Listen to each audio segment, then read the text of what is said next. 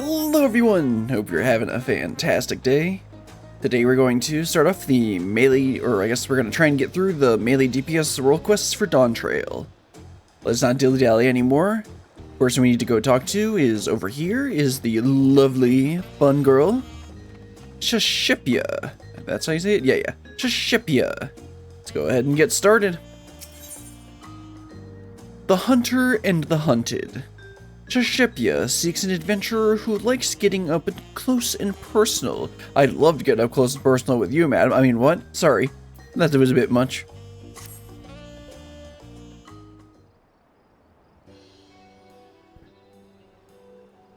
Hello there. I take it you've spoken with Brook Evo, willing to lend a hand. If it's for you, madam, of course. I'm truly grateful. Then allow me to introduce myself. I am Shashipia, and I've traveled far from my village in the forests of Dawntrail in search of a brave soul to help us retrieve our stolen treasure. For generations have my people watched over the Dreamweave cocoon, the vessel in which the power of the Swallowtail Troll Vidrol is sealed. That's right, in the last one, the tank one we did, we needed to get back an ancient artifact. I forgot, is that the premise for all of them? I completely forgot about how the introduction went. Anyway, let's continue. For its ascension, the Swallowtail warded off would-be predators by assuming the form of more threatening butterflies, poisonous ones, and the like, through its skill at mimicry.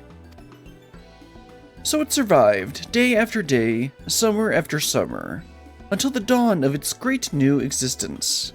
It became capable of taking on the form of any creature which crossed its path. But that doesn't really make me, that kind of makes me a little weary about what power this thing has, this artifact has. This fearsome power was sealed within the cocoon, and any who possess it command the self-same abilities. Indeed, the wielder too may assume the form of any manner of beast or man they beheld. Well, that sounds slightly dangerous. Yet this mimicry is not limited to merely physical forms. No, the wielder may replicate the talents and abilities of their target, so long as such actions fall within their ken, that is. That's even more dangerous. In an instant, they may become a master of the hunt, a twin-blade-wielding viper, or savage Brox with claws and fangs to gut whomsoever they please. It is this power which has protected my village from the predators of the forest. For though it grants many boons, the forest contains threats in equal measure. By donning the skins of its most formidable beasts, we've kept ourselves safe for generations. You know, isn't this kind of similar to what we were seeing with the soul stuff and the... I guess it's just mimicry, so never mind. I mean, yes, it's similar, but it's just general mimicry. Without the cocoon, my village's very survival is at risk. Couldn't you just, like, you know, get good, get stronger, like everyone else?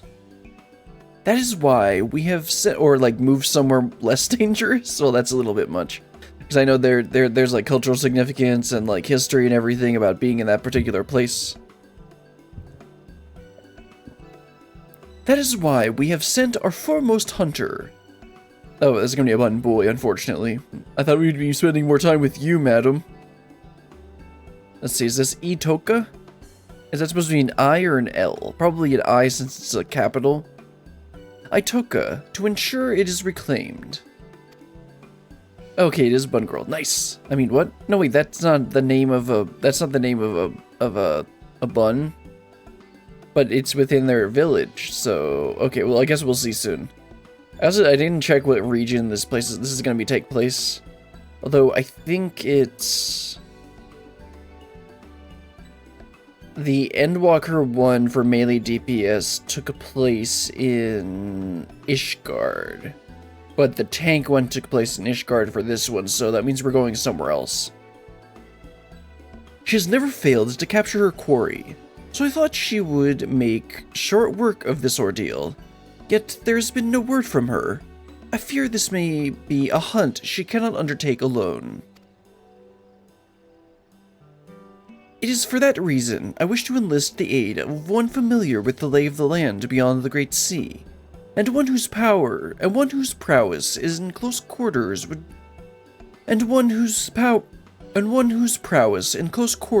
would complement her expertise with the bow.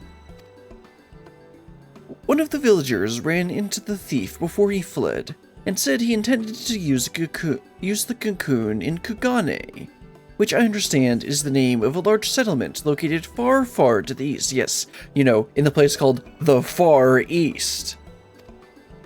Please, for the sake of my home, set out for this eastern habitation and assist Itoka with retrieving the cocoon. I really hope it's Itoka. Leave it to me, as long as you're willing to cover my teleportation expenses. That's a bit frugal, even for me. Your willingness to aid is most reassuring. You have my heartfelt thanks. Upon arriving in the eastern land, search for a Viera woman carrying a bow and dressed in similar attire to myself. Oh good, it is a bun girl. If you visit a tavern like this one, I dare say you may find someone who has seen her. Alright, well, it's probably fitting for me to be wearing my, doing this as samurai if we're heading over to the Far East. Once you've arrived in the eastern habitation, travel to a tavern such as this, and ask if anyone has seen a woman matching Itoka's description. When you found her, I ask that you lend her your strength. I mean, that's why I'm doing this quest. Alright then, let's head over to Kugane. Looks like we need to gather, there's 3 points of information we need to gather in Kugane when we get there. Alright, let's go and check out for the orange, I was gonna say the convenient orange circles, but it looks like we have the convenient talking points instead. Let's head on over there.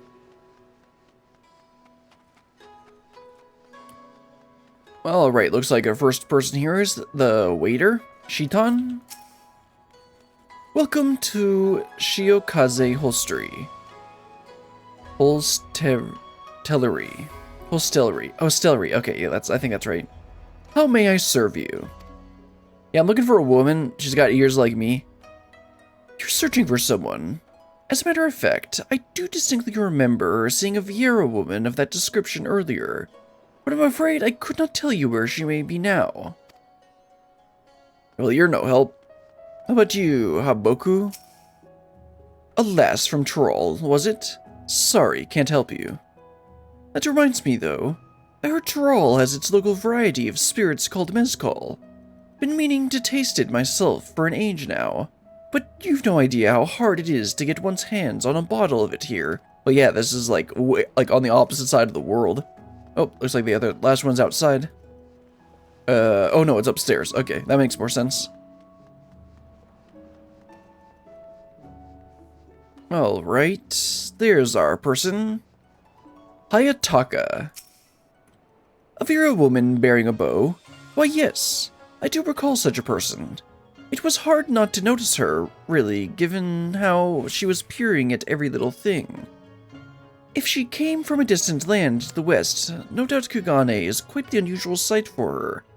With any luck, she'll still be where I saw her, in the vicinity of the Seki Segumi barracks. Well, hopefully she's not gonna go get arrested. Those are like the cops of this area. Alright, looks like, yep, straight ahead. Let's head on over there. It's always like, whenever we're here, it's pretty much always like somebody's gonna get arrested or we have to work with the cops and everything. Ah, well, yes, I'd say that is an Itaka-esque woman.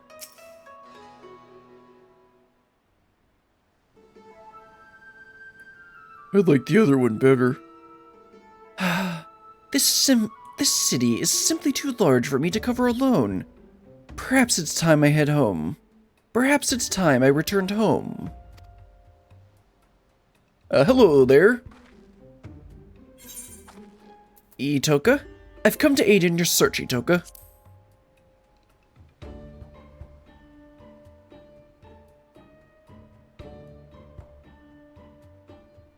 Yes, I am she, and you are...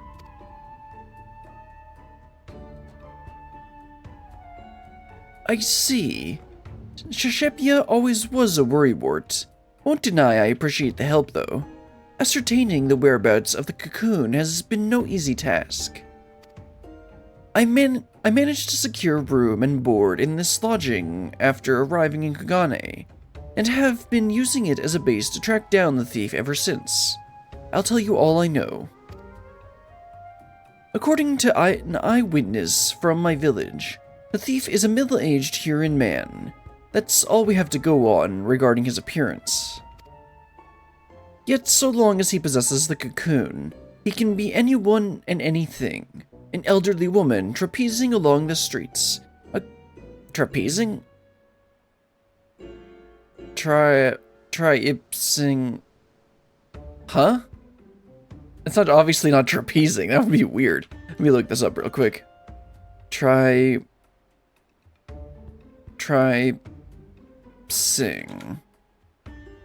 What is this? Present tense of trapeze. Okay. Traps? Trapes. Trapes, okay. To walk or tramp across... Tramp about, okay. Trapes. Trapes. Okay. Traping, okay. Along the street, a child throwing a ball. Mayhap even the dog chasing after it. Truth be told, I was nigh at wit's end trying to find him. That is, until I discovered that a series of unusual squabbles have been occurring around the city. After investigating these incidents, I found one commonality. The instigator in each case invariably had no recollection of the incident, let alone of inciting it. What's more, eerie accounts have begun to circulate amongst the residents. Some folk claim they've somehow been seen in two places at once. Based on all this, I believe the thief's been using the Dreamweave cocoon to transform into innocence and spread discord throughout the city. Stands to reason we can find him by following the trail of chaos left in his wake, no? And yet, even should we apprehend him, in whatever form he's hidden himself within, there's nothing to stop him from feigning ignorance. Besides a secret remedy, of course. The recipe for an elixir which can forcibly remove the cocoon's enchantment has been passed down in my village for emergencies like this. I made sure to prepare a few vials before making the voyage here. I need simply throw the solution at the suspect, and the cocoon weave of mimicry will unfurl on the spot.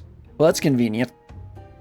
I was kind of thinking, how are they going to resolve this? And then it's like, oh, I have a convenient formula that'll fix this for us. Oh, okay. That covers everything. Now, what say we go on a date?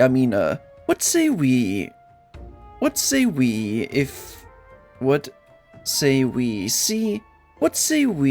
see if there's any trouble afoot?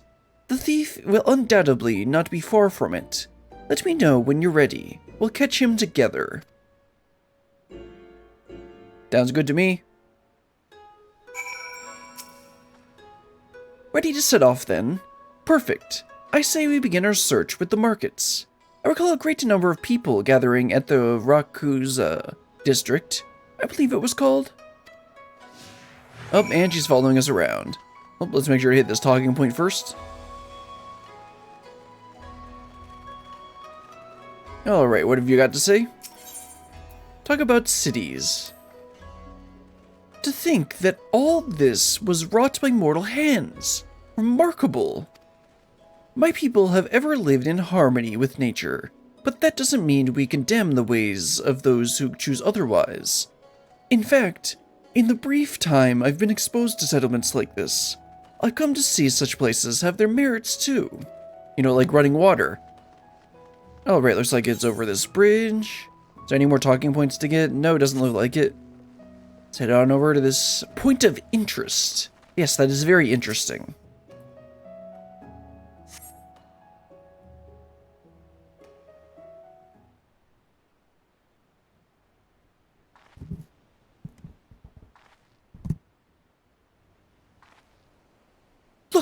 You thieving whoreson! I told you this isn't enough!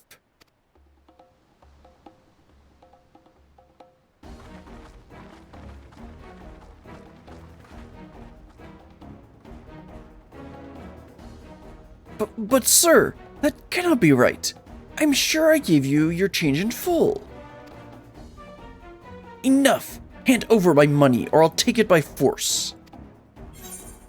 The customer is suspicious. The clerk is suspicious. Let's keep watching. I'd say the clerk is more suspicious, but why would... Okay, so the customer did not get the change that he said that he was supposed to. So it could be the customer is the guy who's just trying to instigate some, like, stuff. Or it could be that the guy copied the clerk. But why would he copy the clerk? Let's just keep watching.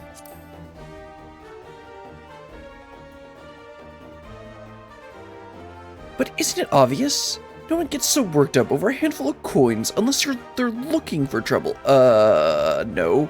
That's just called because they're really annoying and they like to make things bad for everyone.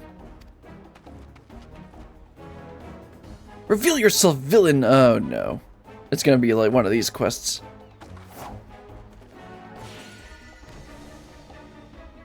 Yeah, see?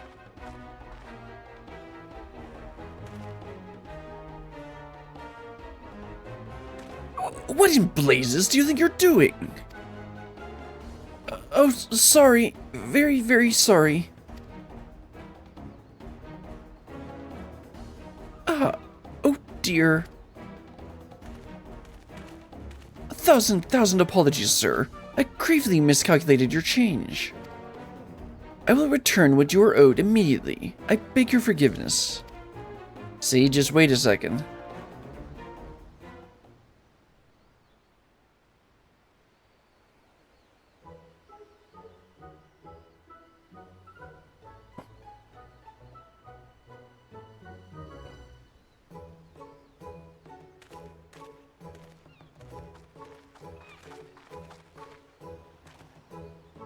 I apologize for the disturbance. How dreadfully embarrassing.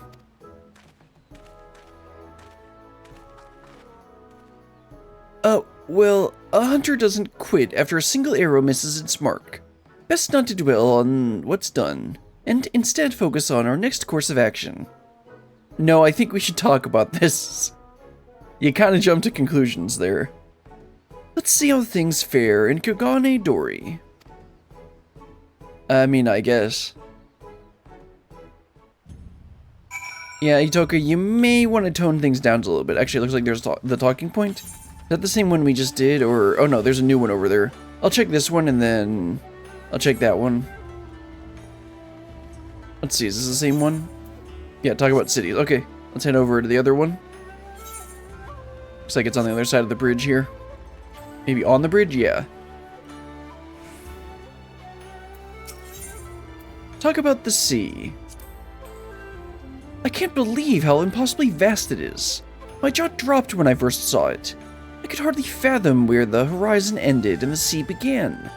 Before arriving in Tuligolol, I'd imagined the sea to be merely a larger, saltier body of water than the lake back home.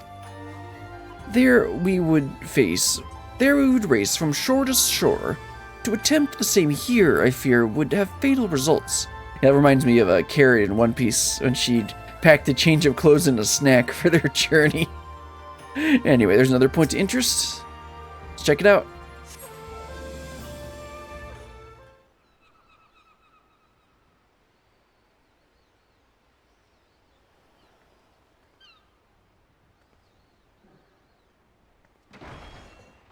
I'll cut you down where you stand, you litrous lummox.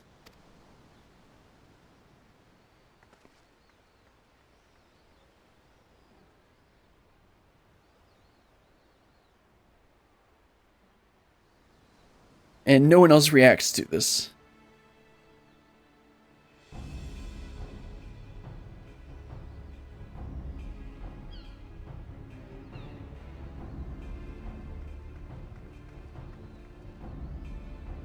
What's going on here?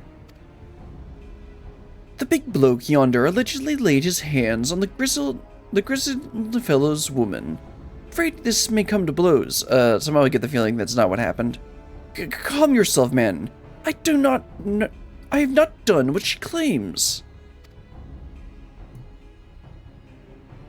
You dare add insult to injury by calling her a liar? Yes. Ignore him. I told you that pig defiled me.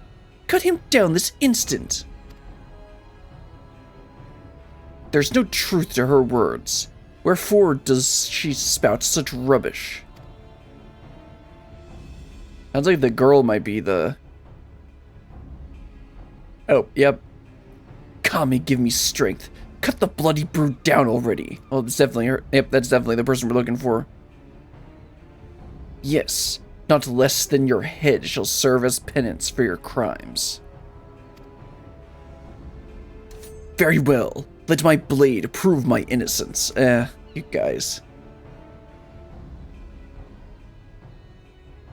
It's her, right? Well, maybe. Either way, that'll be a nice distraction to diffuse the tension.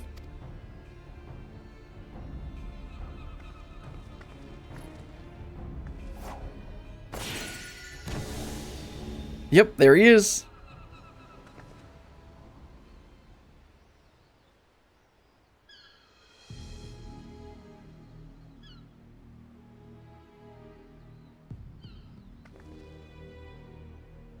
Was that really necessary? No matter. I was growing weary of this pretty face. It's time I moved on to bigger and better things.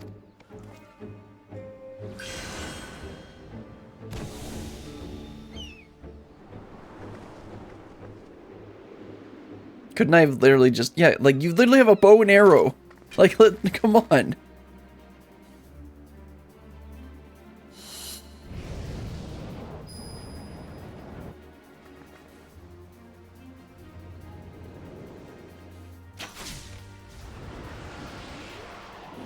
And she missed.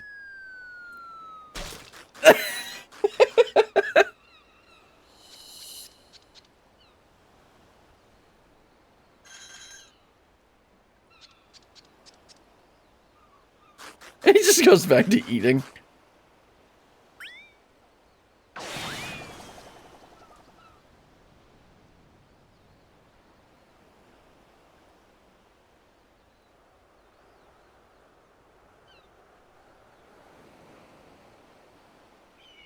Well, that didn't go according to plan. Not that we had much of a plan. How odd. My bow is more out of tune than I realized. Right.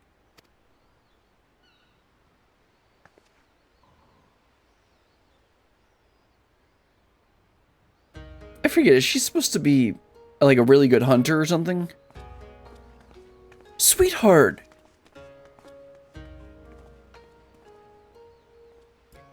Is it really you? Oh, thank the Kami, you're safe.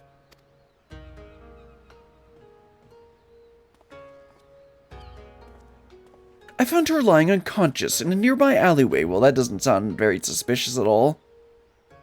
She could only vaguely recall being attacked from behind before losing consciousness. So the villain knocked her out before assuming her visage in a ploy to deceive her husband.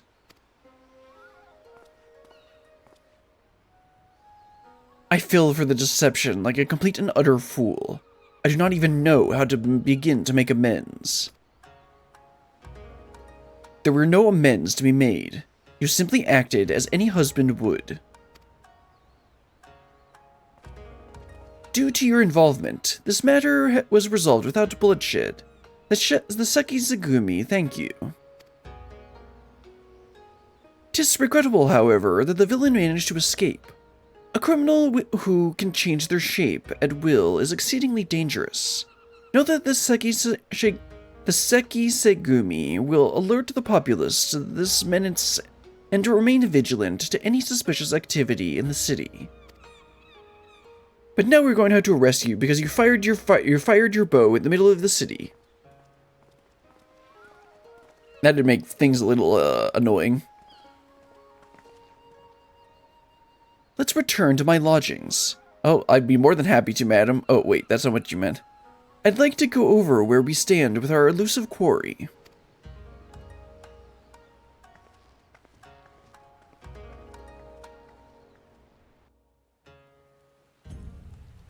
Alright then, let's head back to her, what did she say? Her lodgings. Unfortunately, not like that. Okay, she should be right over here, up the steps. There she is. Actually, I guess the other Aetheryte might be slightly closer. Yeah, just barely closer. Anyway, let's go ahead and talk to her. As predicted, the thief has been using the cocoon power of mimicry to incite conflict around the city. What he hopes to accomplish by doing so, however, is still unclear. And so long as he has this power, our sole means of tracking him remains the havoc left in his wake. Well, that's not useful. A trying trial for any hunter, but I'm heartened to have a warrior like you beside me as I tread it. We'll catch him together, and when we do, we'll met out the justice he deserves, Brillian. Sounds good to me. Alright, let's go and start the next one. A Sea of Blood. Well, this is the Stormblood expansion after all. Itoka is eager to continue the hunt. Good to see you, Brillian. For better or worse, I haven't heard about any unusual incidents in Kagane since our last altercation with the thief. There may be a reason for that. Do you remember what he claimed he was moving on to bigger and better things? If we're to catch him, we may have to expand the scope of our search beyond Kugane. Yet he traveled all the way from Tyrol to this eastern land for a reason, and I can't imagine he'd go too far. Do you know any other settlements nearby? I know this really big sea that has a lot of nothing in it. Look to the Ruby Sea. The Ruby Sea is dotted with settlements. No, there's like 2 locations, I guess 3 locations. 4? There's a whole lot of nothing there. People live out in those waters, but they're so vast. Where would we even begin? How would you look under the sea?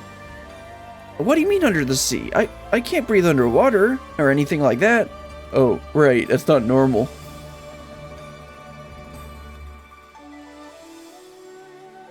Ah, so the Bakufu has an outpost at the Ruby Price? That sounds like the perfect place to start. Let's make our way there and avail ourselves of the soldiers' intel. If anything out of the ordinary has occurred, no doubt they'll be aware of it. Shall we? Alright then, let's head on out to the Ruby Price. It's Price, right? Yes. Should be able to just teleport straight out there? Yes. I guess this one's called the Sea of Blood because we're going out to the Ruby Sea. Hello, Ikaruga. What have you got for us?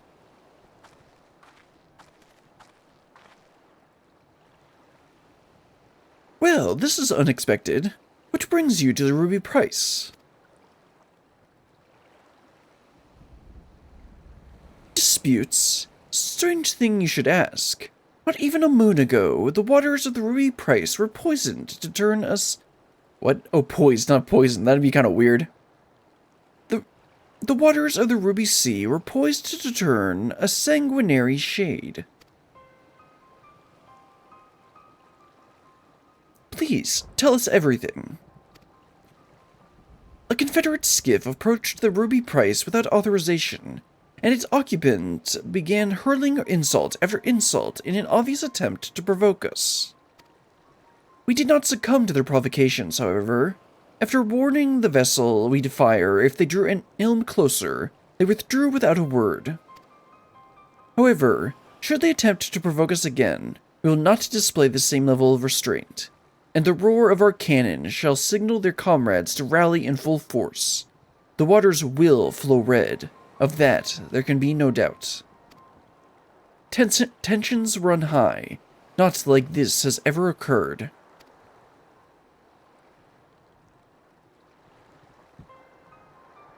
I see. Thank you for the information.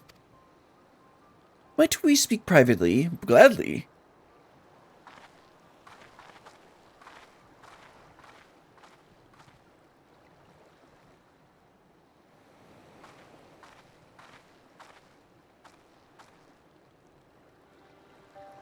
Based on the testimony just now, I gather there's an agreement in these waters that the Confederates are not to draw near the Ruby Price, guarded as it is by Bakufu sentries. If that's the case, then as the soldier stated, I can only conclude that the vessel earlier was attempting to incite a dispute between the two factions, which fits the modus operandi. Ma'am, really? Modus operandi? Do you look like some kind of scholar? Over a quarry, wouldn't you say? Perhaps it is he who sailed here under the banner of the Confederates. Whatever the case may be, we have nothing but conjecture. We'll need solid evidence before we can alert the soldiers here to this threat. I doubt they'll heed our warning otherwise. First, we need to verify if any of the Confederacy actually approached the Ruby Price. Do you know where their base of operations can be found? You can literally see it. It's right there in the background.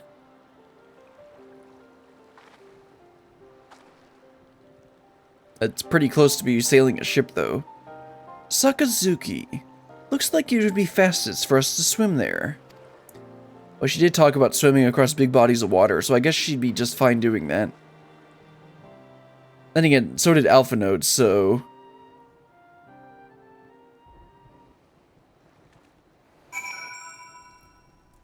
But seriously, that seems awfully close to be sailing a ship across. Also, I'm glad that they didn't make us actually go over there. Oh, right. Looks like this is our person. Hello, Shijoji. Okay, looks like there's several people to talk to. I didn't notice that. What? Absolutely not. Not one of my Confederate brothers and sisters would approach the Ruby Price without authorization. Those cowardly Bakufu dogs must have concocted this baseless rumor to get a rise of us. Interesting. Oh, there's Itoka. Let's talk to her. Any of your comrades sailed to the Ruby Price recently? How about you, Hyun? The soldiers at the Ruby Price said that, did they? Pardon my language, but that's a load of shite. We have no interest in Hingan waters. If anything, I've seen their skiffs encroaching on our territory of late. If you ask me, there's no one... They're the ones. If you ask me, they're the ones thirsty for blood. Well, this isn't going very well. Itoka, what did you find out?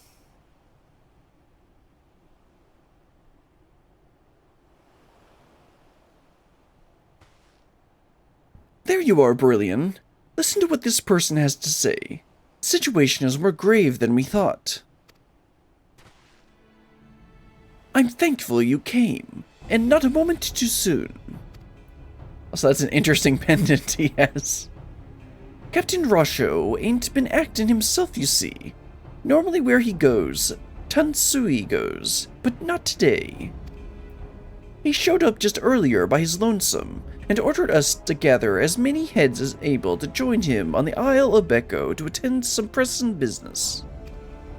Normally, I'd oblige the captain without a moment's hesitation, but I had a feeling something wasn't right, so I asked him what manner of business. We're gonna set the Ruby Price ablaze, he says. The bloody Ruby Price. That doesn't sound good.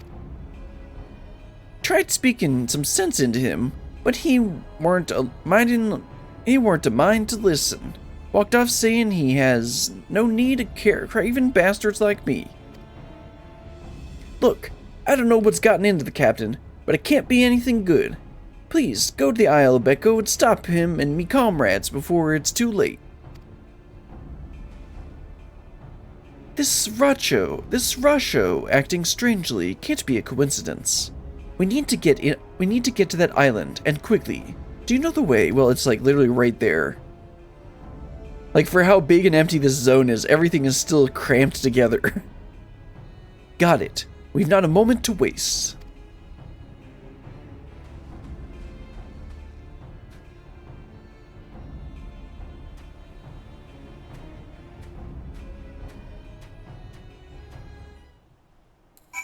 Alright, looks like... Okay, that's the isle.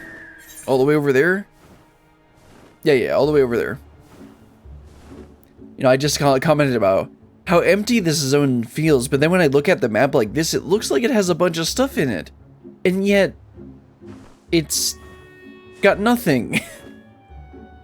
Like, literally the only place you ever go is, like, Heaven on High, and, like, the tribe quests here. I forgot what they're called. The Kaju? Oh, what am I looking for? The, Kojin. And, like, oh yeah, and then Kurenai custom deliveries. Anyway, talk to Itoka. And then, I forgot about the Four Lords. It still feels like there's nothing in this zone. I hear voices. Seems they gathered up ahead.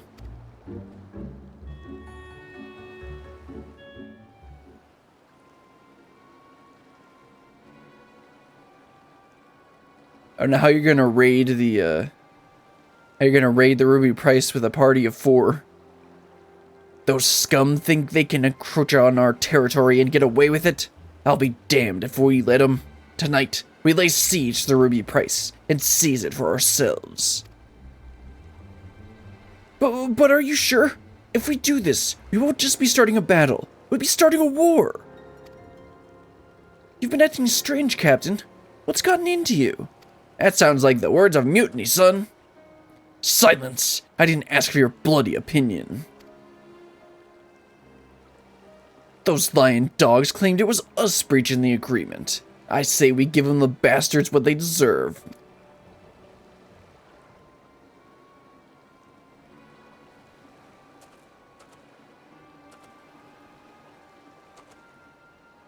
You're not welcome here. Be gone if you value your lives. I can say the same for you, sir. You're a terrible actor. You're not Rasho.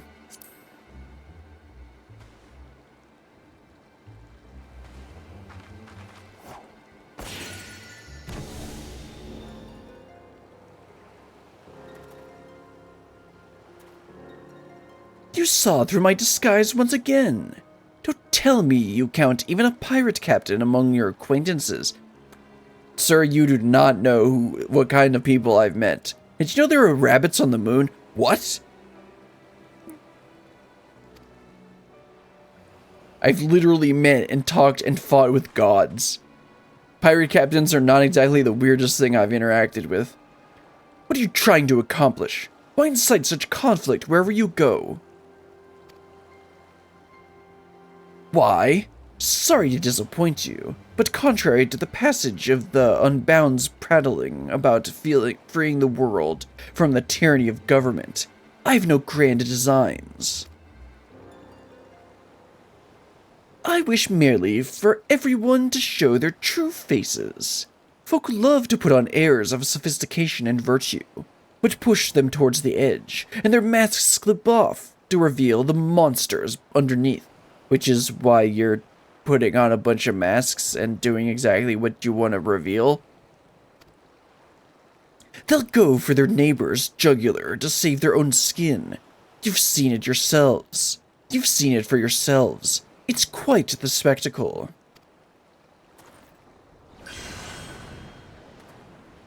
You know, maybe we should just, like, get him before he turns into the hawk? And she's gonna miss again. Yeah, completely missed again. It's the same guy.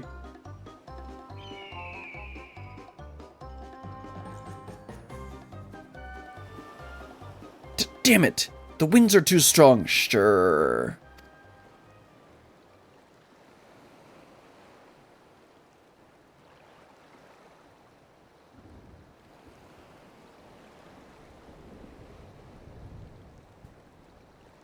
A man of 1,000 faces is a true menace indeed. We'll return to Onokoro forthwith to alert the captain. Rest assured, the Confederacy will be keeping a close watch over the Ruby Sea. Don't you already do that? I didn't think for a moment he was an imposter, and the lies he spouted about the Bakufu soldiers were enough to make my blood boil. To think what would have happened had you not been here to stop us. Kami bless you.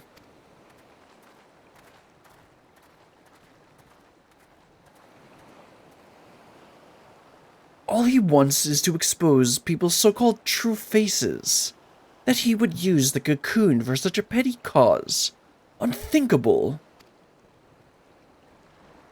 I mean, this isn't Persona 4. Like, if you just want to do that, you might as well just go to the Shadow World or something. Let's return to Kugane for the time being.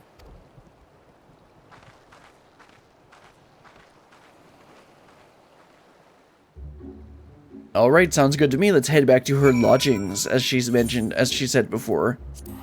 Let's teleport back to Kugane. So there are, I believe there's probably 6, I think there's 6 quests on these.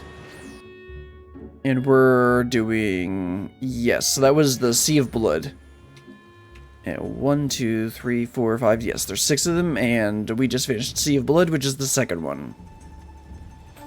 Go ahead and head back to Itoka and wrap this one up.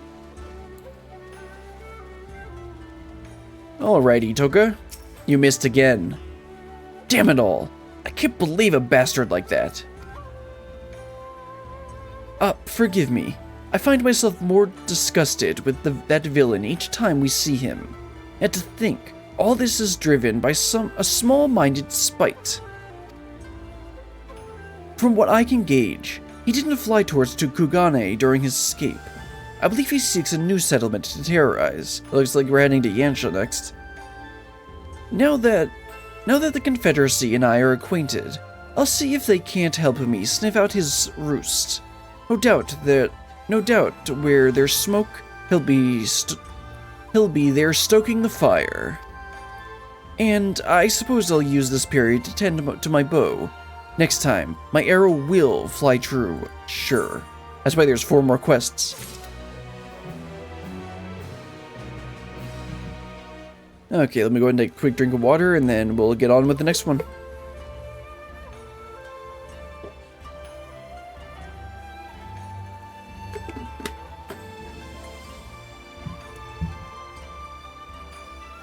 Alright, let's go ahead and start up the next one.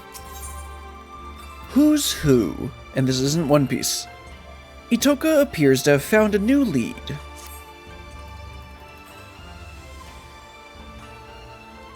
Wonderful, you're here.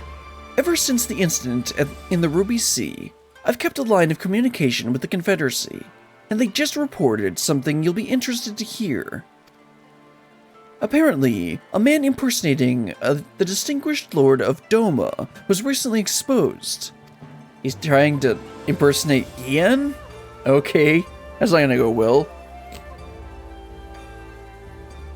One of the Lord's retainers saw through the Pretender's facade while he was attempting to stir up trouble in the Doman Enclave. That was probably Yugiri, let's be real. Number 1 Hien simp. The imposter then reportedly transformed into a hawk and fled. Clearly, Arkori now nests in Doma. I'd like to resume our hunt immediately, but I'm not sure where he may go after his failure in the Enclave. Do any locations come to mind? Well, I mean, the zone right next to it. A town named Yansha, called Namai, you say? That sounds promising. The extent of your knowledge is truly remarkable, Berlian. Then without further ado, let's make our way there and see if the residents have noticed any unusual activity. Alright then. Let's head on over to Yansha. I'll go ahead and do a, teleport out to the Ruby Price, and then I'll just teleport over to the town. Save a tiny bit to Gil. Alright, where are we going? Yeah, the town.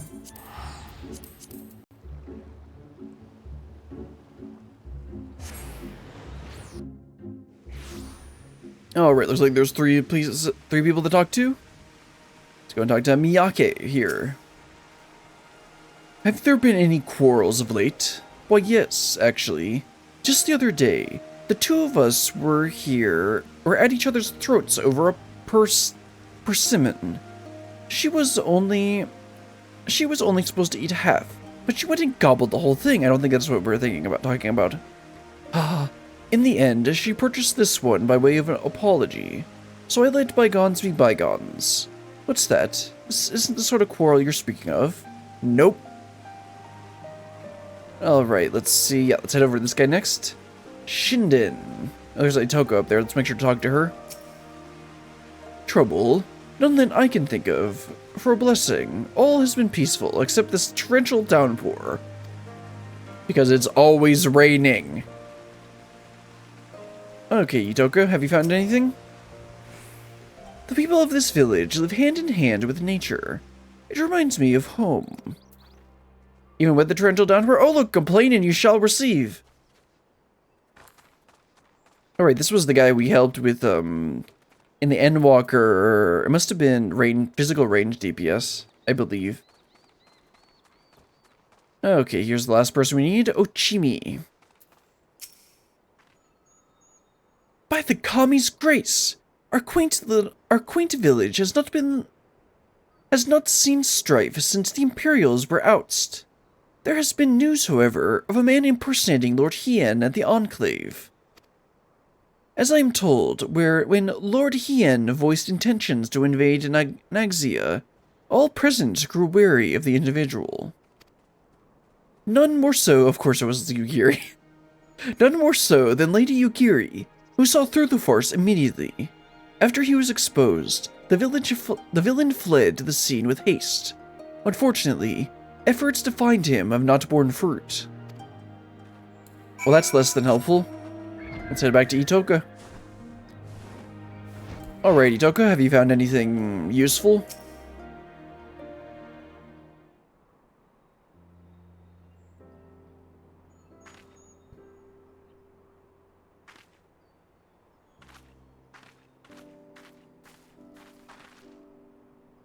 None of the residents I spoke with reported anything out of the ordinary.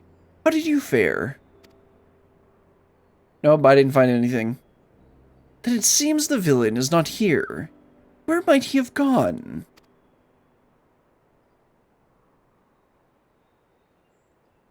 Huh? What are you doing here?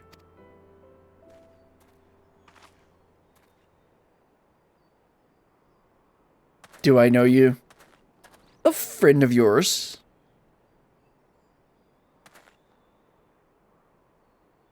Don't hang your head like we're strangers. We met just a moments ago.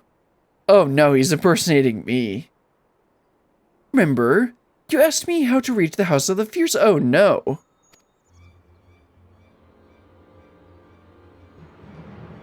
Good grief, Lest. You're lost, aren't you? I can understand your embarrassment, but I'll tell you the way again. Listen carefully now. No, I know where to go. It's just, okay. Follow the descending path leading north out of the village until you see a small pond. Then simply dive in and swim. The House of the Fierce will be on the other side. Isn't that place supposed to be like a secret hideout? I guess it was supposed to be secret from the Guardians. Could he have impersonated you this time? This doesn't bode well. We must hurry. Much obliged, sir.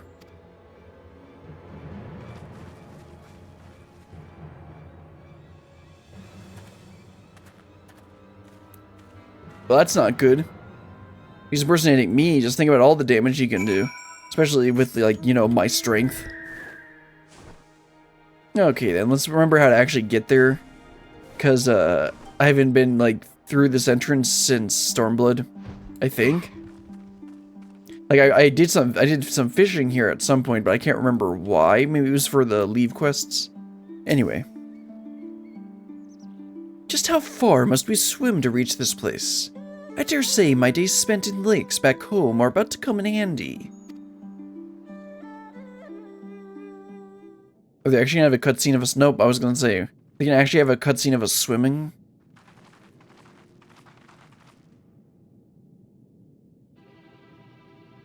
Ah, yes, how nice. So why don't I just run over there and cut him up? My friends, it comes to my attention that the Khan of the Azim Steppes, a mighty Oronir tribe, conspires in the shadows to invade Doma. No, that guy just wants to get a date. He's looking for his Nama. We must not give him the chance. Invasion would mean all-out war. There is only one solution. Under the cover of darkness, you must assassinate the Khan. Only with his death can this crisis be averted. Right. Yeah, and everybody's like, what? They grow wary. Perhaps I should observe my targets more carefully. With all due respect, these allegations must be brought before Lord Hien. It is imperative we receive his instructions before acting. That would be playing right into the Ronir's hands. After all, an impostor disguised as Lord Hien was but recently exposed. An Oronir spy. There can be no question. Yet the spy has fled. I just noticed, just brilliant question mark. Their whereabouts unknown. They could be anyone, anywhere, weaving new schemes even as we speak. Decisive action must be taken. This is why I came to you. So the impersonation of Lord Hien was part of Oronir's grand scheme? But why would those who fought alongside us for Doma's liberation conspire to invade? He didn't do his research. Forgive me, but you do not seem yourself, Brilliant. Something isn't right. Audible gasp. Because I'm desperate. Why would we be desperate? We can, like, solo the entire world. We kill gods. We can go and beat this guy who's looking for his Nama. A shadow looms over Doma, and only with your help can I cast away this dark pal. Please, lend me your strength. Our honored friend Brilliant risked life and limb to see Doma free. Oh no. Yet you address her with suspicion and doubt. If she says we must act first to prevent greater bloodshed, then we must act. No. It's true, she has never led us astray. Brothers and sisters, let us join hands with Brilliant once more to drive back this shadow rising over Doma.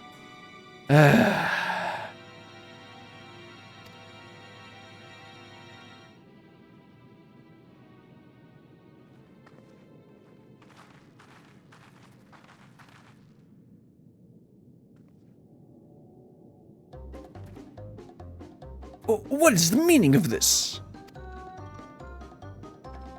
It's the infernal Oronir spy. Quickly, kill her before she can escape. I'm no spy. You sound nothing like me. Your charade ends here. You know, with my skills, couldn't you have just dodged that? It's you. Oh, was he one of the ninjas? Such persistent vermin. Oh, he's playing the goofy music. And he flies away again. And she's gonna miss again.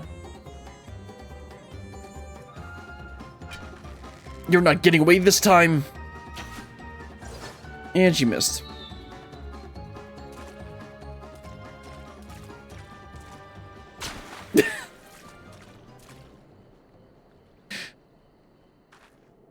That gag is getting really old. Are you truly the foremost? That's what I was thinking. Are you truly the foremost hunter of your village? The problem appears to be your aim, not the bow.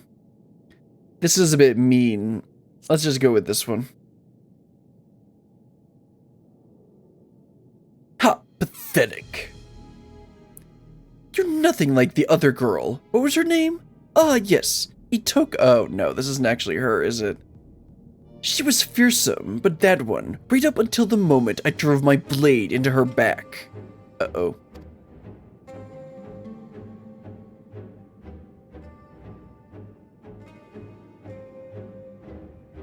What is this? Don't tell me you've been masquerading around as Itoka herself. After all, that would make you no better than me. Hiding behind the name of another won't erase the blame you bear for everything that happened. Okay, that's an interesting twist. I did see that two of the quests are accepted from somebody with a different name. I'm sorry. I swear I'll explain everything to you later. For now, we should apprise these men and women of the situation. I mean, I guess.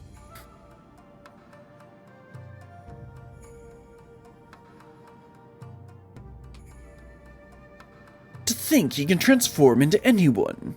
A truly fearsome ability. I shall alert Lord Hien to this threat immediately. Rest assured that all of Doma will be on alert. I was completely fooled. I have no words to express my shame. You should be ashamed. Considering I never talk. Like, I just move my lips and you guys somehow understand what I'm saying. Upon speaking with you again, I realized that though the impostor assumed your guise, he had neither your spirit nor your grace. Now, I like the way this guy talks. Forgive me, I will not fall for such farce again. And then he fell for the farce again.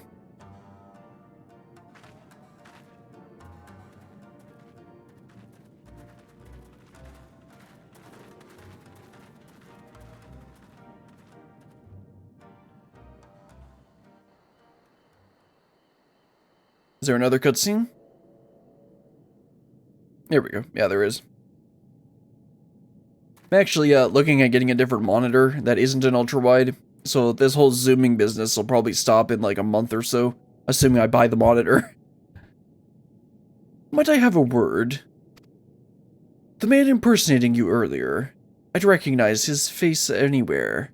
Without a doubt, he is Samidari, a childhood friend.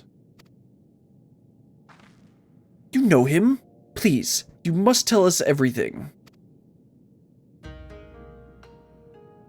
I've known Samidare nearly my entire life. We learned the shinobi arts together, you see. Roughly 25 years ago, we engaged in our first battle as proud ninja, defending Doma against the Empire's invasion.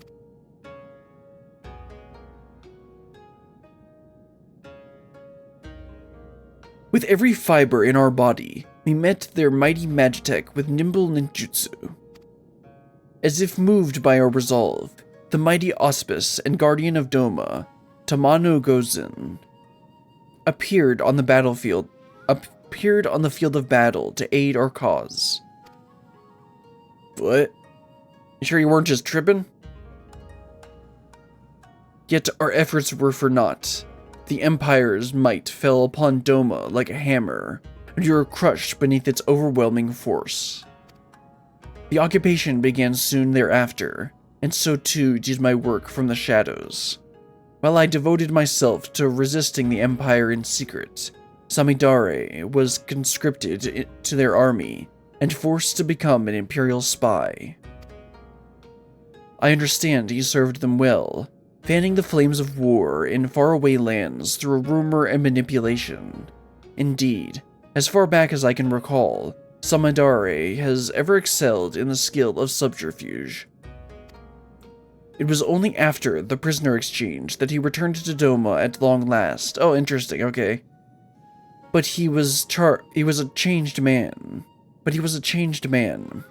He could find no joy or solace in the peace he once fought to secure for our nation.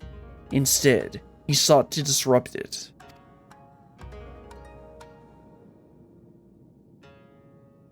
War has taught me the truth of this world.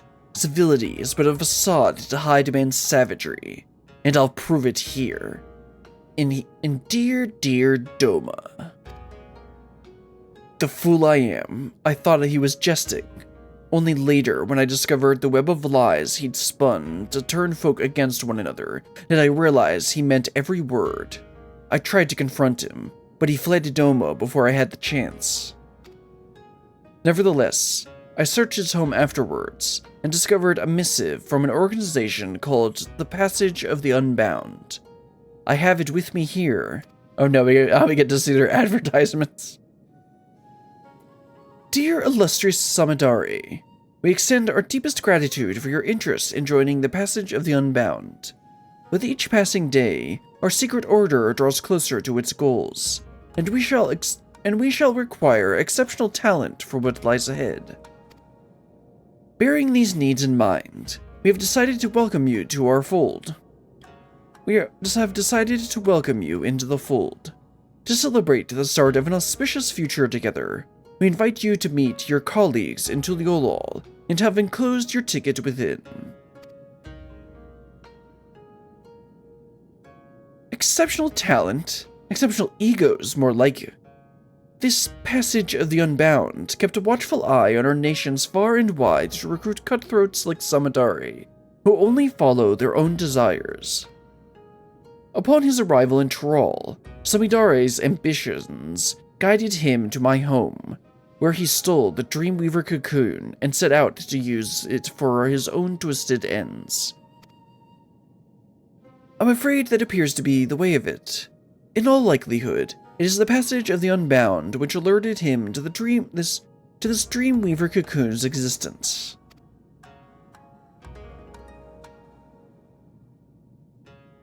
Today, Samadari attempted to incite war between Doma and the Azim Steppe by wearing the face of our dearest ally, you. Your timely appearance prevented the worst from happening, but so long as he can alter his form and face at will, who can say what tomorrow may bring? He'll probably go and pretend to be the guy's Nama or something to start a war. His years as a secret operative have made him a master at reading people. Should he decide to study his targets before taking their form, I fear his schemes may not be discovered until it's already too late. Please, be careful, and may the Kami bless and keep you.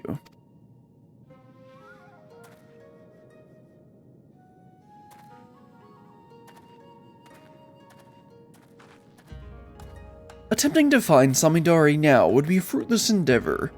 He couldn't be any bird in the sky, or any beast roaming the wild. Let's return to Kugane. I'll reveal everything to you there, I promise. Okay. Sounds like, Itoka is not Itoka, and that Itoka is dead. Surprised your name isn't Lise. Anyway, let's head back to Kugane.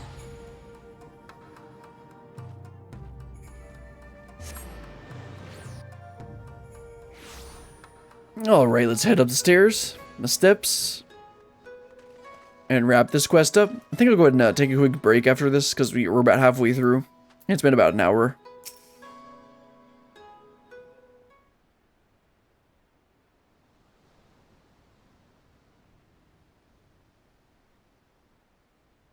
I'm grateful for your help today. Once again, I let my praise slip away. The only silver lining is that we know who he is now. But more importantly, I apologize for deceiving you. As Samidari said, I'm not the greatest hunter of my home. I'm not Itoka. I'm Kuiki. Yeah, okay. I'm Kuiki. I hail from the same village as Itoka, and I too am a hunter. But only in name. You've seen my aim for yourself. Okay, so that means the last one's gonna be her actually hitting her mark. Yet, most shameful of all is that it's my fault that the Dreamweaver cocoon was stolen.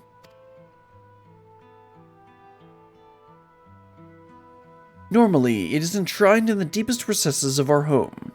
Only Itoka had leave to wield it. The forest provides shelter and sustenance to many, and not all we share its bounty with our friendly.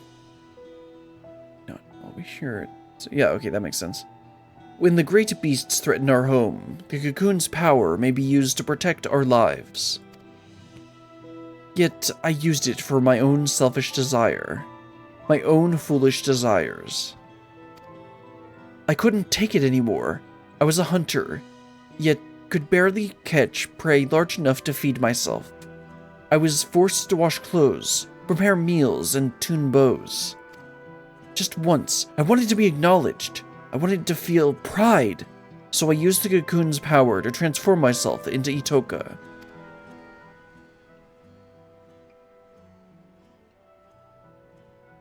With her dexterity and finesse, I finally caught prey befitting a true hunter.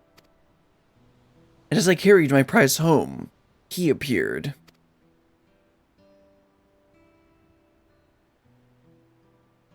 Ruh-roh. I found him collapsed in the middle of a beaten path. I never had reason to mistrust someone before, so I approached to nurse his wounds.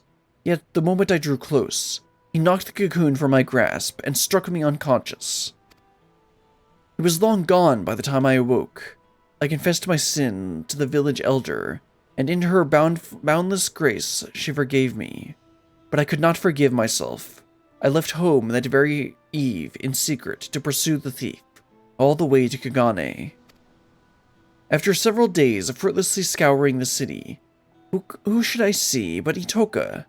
As our most exceptional hunter, it came as no surprise the elder had charged her with recovering the cocoon.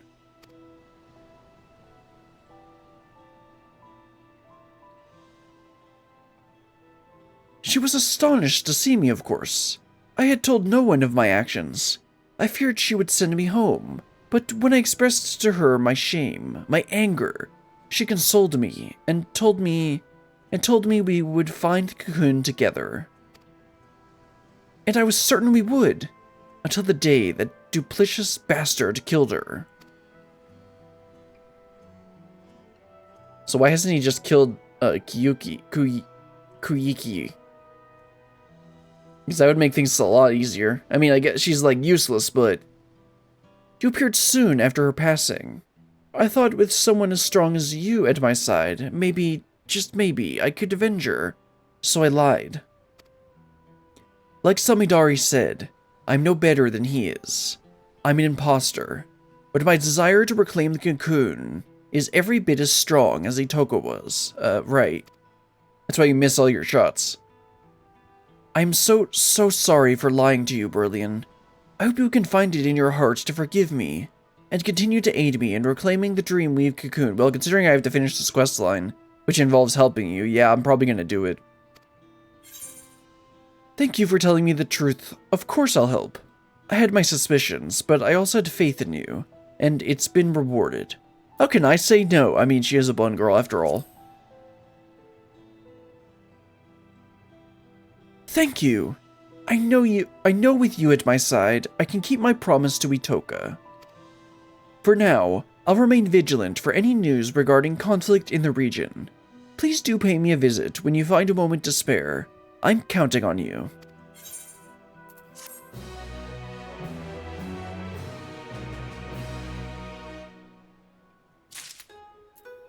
Alright, let's go ahead and take a quick break. It's been about an hour and we're about halfway through here. Let me go ahead and fix the camera. I haven't actually taken a break on any of these streams in quite a while.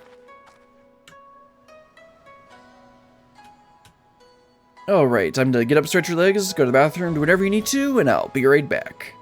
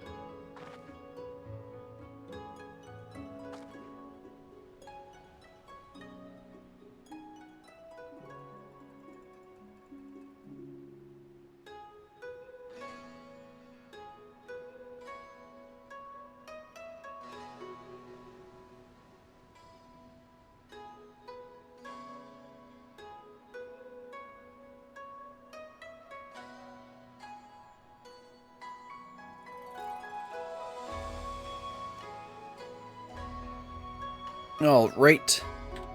Let's get back to it. Go and talk to Kiyuki. Wait, I thought it was the last 2 quests that had Kiyuki. Hold on, what did it say here? Oh no, it's the last 3, okay. Let's go and talk to Kiyuki. Quarter to prey. Kiyuki's brow is furrowed in uncharacteristic unease.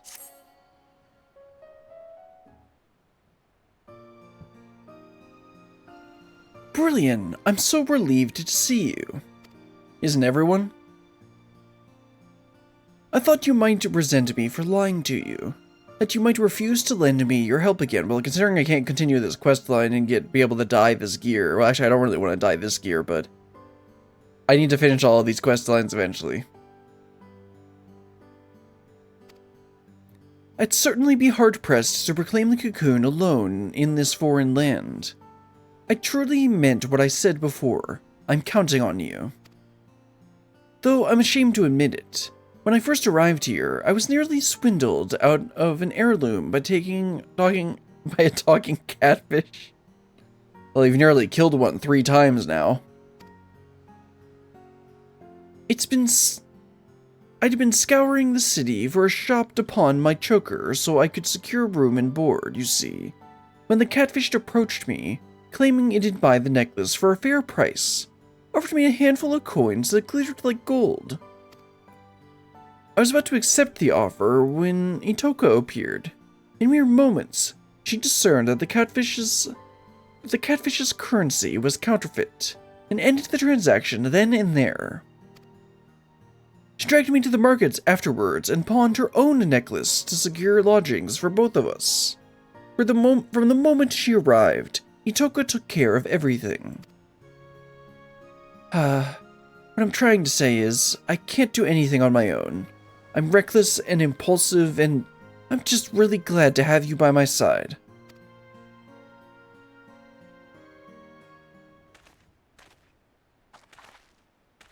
Hello, ninja guy.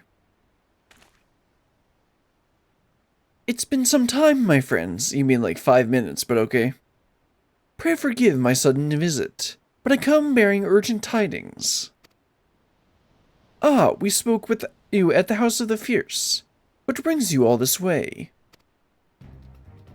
I was able to make contact with Samidare. I told him I was willing to make amends and join my oldest friend in exposing the lies in people's hearts. He responded most eagerly and bade me meet him in secret. Interesting, okay? Wait, really? Did he say where? Aye, Hell's Lid. I had a mind to lay in ambush for him, but not knowing the extent of the powers he wields, I thought it best to seek help. And so I come here to beg your aid, Brillian. Your strength and valor are unequaled, and we cannot apprehend Samidare without you, that's for sure, considering the quest won't progress without me. We may never get another chance to catch him unawares like this. There's no time to lose, but considering there's 2 more quests after this, I don't think we're going to succeed. Wait, forgive me for speaking plain, Huntress, but I fear we would only be a hindrance to Brillian, when the fighting begins, well that's for sure. Let us go to Hell's Lid by skiff and meet her after the villain is subdued. Oh, I take your point. You're right. Without us there to distract her, Brillian can focus wholeheartedly on the battle, until he transforms into a hawk and flies away and I can't do anything with this stupid sword. Sorry, would you mind going it alone? We'll be there as soon as we can. I mean, that would make things easier for me.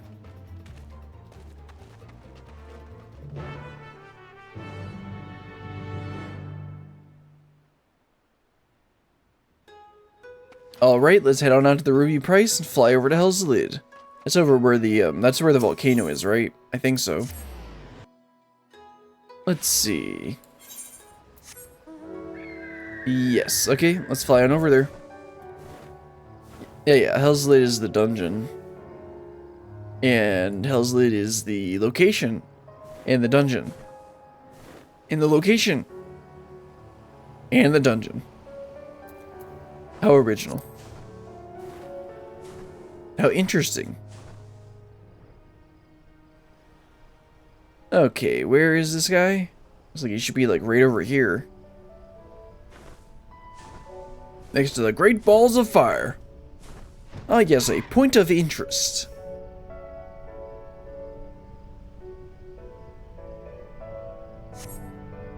You see no sign of Samidari. Perhaps his lair is further ahead.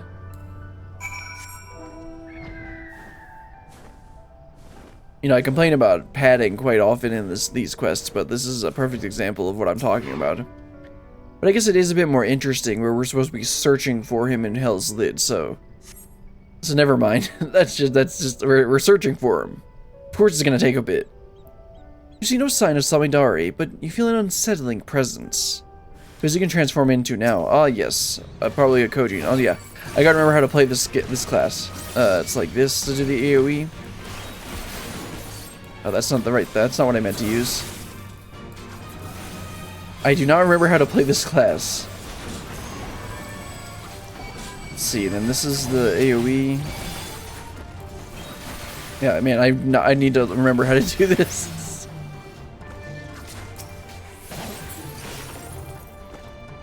I win. I've basically only played Warrior in the past like 2 months. And so I immediately went and pressed Shift 1 here. Because that's the first in the AoE rotation for that I have for Warrior. My muscle memory for the wrong class. Yeah, okay, maybe we'll find him here. Samidari is nowhere to be found. There is aught to do but to await your companion's arrival. Ah, so he set a trap. No surprises there. He probably told the red Kojin that we were going to be there or something. Hey, are you alright? Of course I'm fine. I came as soon as... Oh, is the battle over already? Where's Samidari? He never showed up. It was a trap. I was ambushed by a group of red Kojin. I was attacked, but not by Samidari.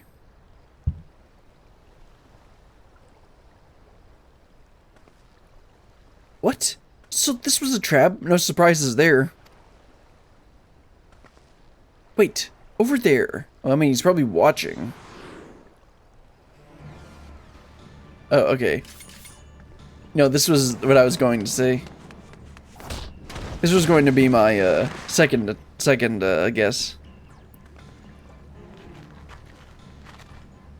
Couldn't she just shot him with with an arrow?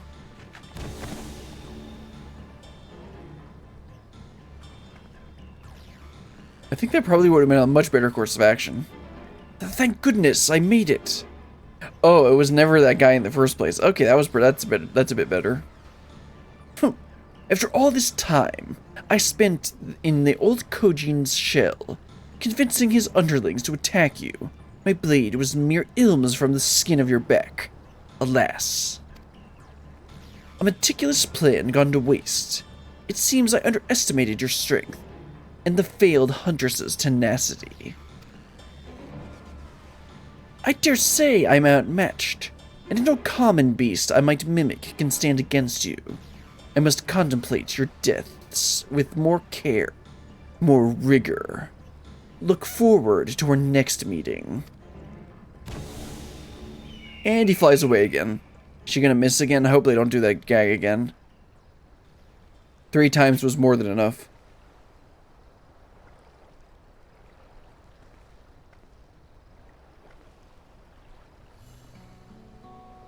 Forgive me, I need to catch my breath. Bro, you literally did like one thing and you're out of breath. Samidari's friend was the villain himself. Yeah, that's what I thought.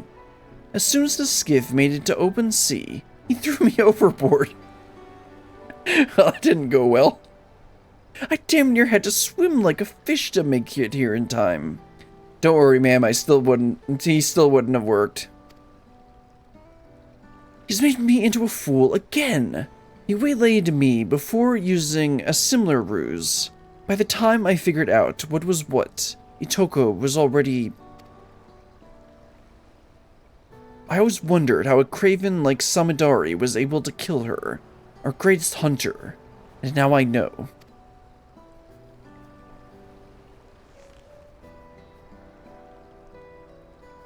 When Itoka felt the blade in her back and turned to see the face of her killer, she saw me.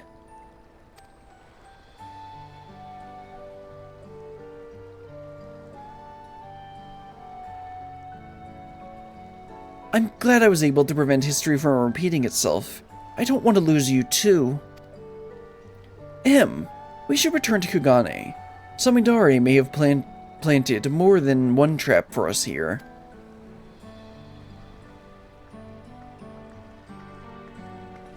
Yeah, so as soon as she showed up there, I'm just like, oh, that's not her, is she? Is it?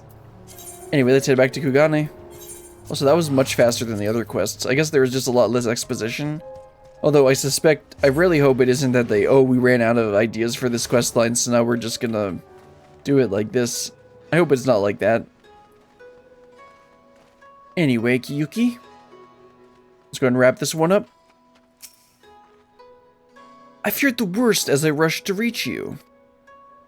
The moment Samidare was in sight, I charged without thinking, which, in retrospect, was probably for the best. Had I tried to shoot him from afar with the bow, I might have missed, or worse yet, hit you instead. I mean, as long as I get close enough, it'll slow him down. In any case, I'm just relieved you're safe. I promise to be more wary of you from now on, particularly of familiar faces. It hardly needs saying, but remember to keep your guard up as well. I don't really need to. He wouldn't have been able to do any damage to me anyway, because, you know, I'm invincible. Wait, I'm not playing warrior, that's right. For now, I'll resume my efforts to gather information about Samidare's whereabouts. You'll be the first to know once I have a lead.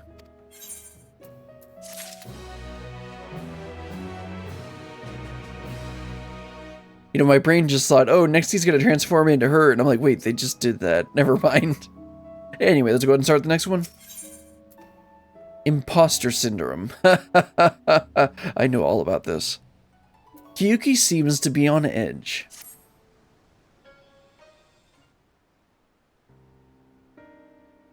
Good to see you, Brilliant. Or should I say Samidare? There's only one way to be sure. There's only one way to be sure. I need you to tell me something only you would know. When I used the cocoon to take on Itoka's form, what creature did I hunt? Did she even say that? Yeah, you never told me.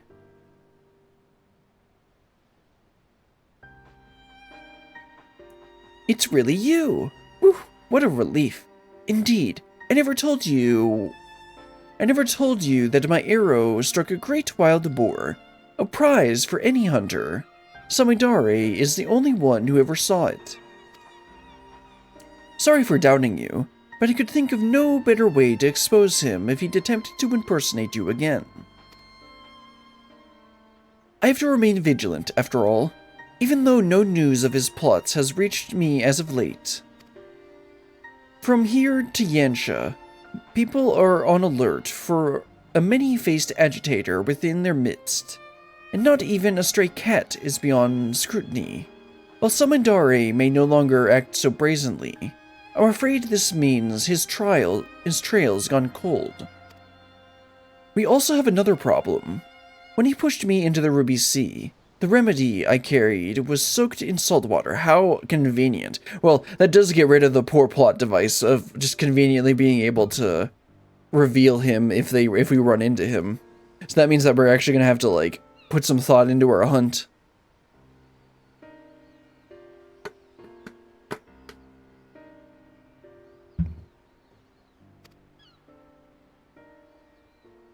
No doubt his plan from the start was to eliminate the one means we had of undoing the cocoon's mimicry. We're at a disadvantage too, great to ignore. Can you just make more? Does it require some special herb or something, or like technique that you can't do here? Which is why I intend to synthesize a new batch. Okay, that makes sense. I was just about to go procure the necessary ingredients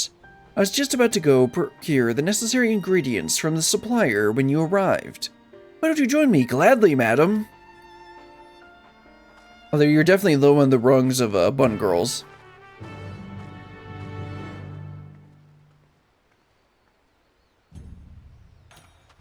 Alright, looks like she's over by the market to the south, so let's go ahead and teleport over there. The Dory markets, it said there? Anyway, oh, she's right here.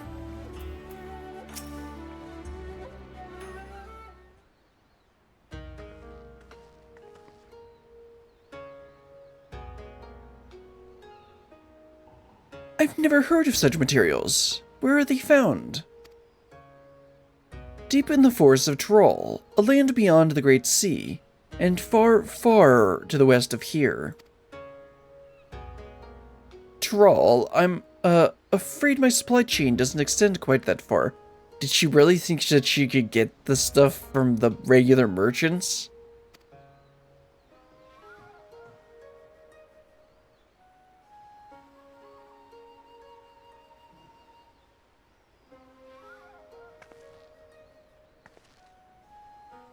I feared as much. It doesn't help that the materials can only be harvested when the season is right. Even were I to return home now, I doubt I could find what we need. We've no choice but to give up on the remedy, are you sure about that? I'm sorry, now we're at the mercy of Samadari's cunning. Hello there, tell me you have... Oh, okay, I thought it said slaves for a second. Like, no, I don't think he'd be asking for that. Hello there. Tell me, have you any salves that might ease my aching back?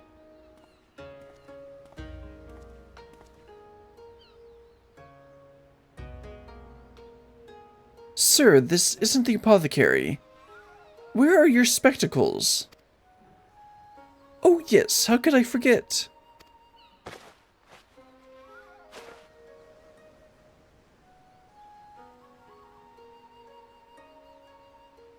Ah, much better.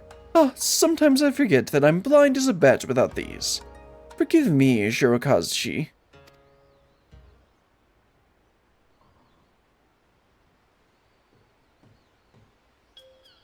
Excuse me, but do those bits of glass...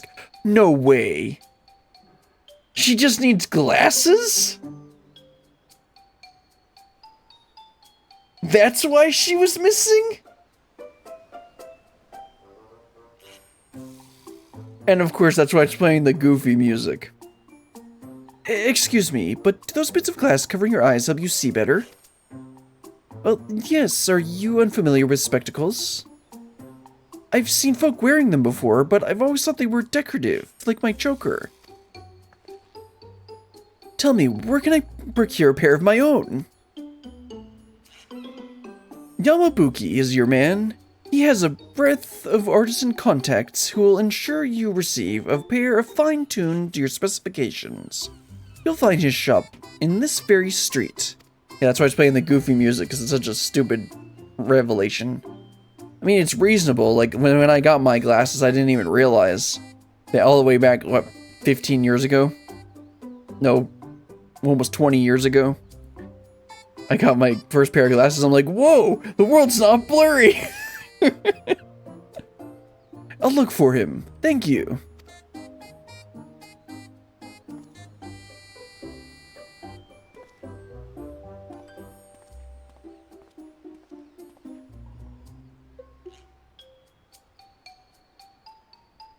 I'm sorry, you must be completely bewildered. I thought a failure of a hunter like me would never be able to aid you in battle, but I've just come to the realization there's hope yet. But let's not crowd this stall any longer. Care to join me over there? Gladly, madam. She literally just needs glasses. Wow, okay. I mean, again, like I said, it's reasonable, but it's like, okay.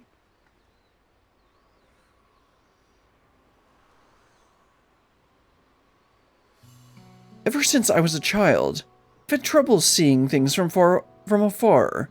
That's why my aim is so poor, with a bow is so poor. I'm not fit to be a hunter, never was. It's only natural that chores like washing sheets and preparing meals fell to me. But I always yearned to do more, to be more.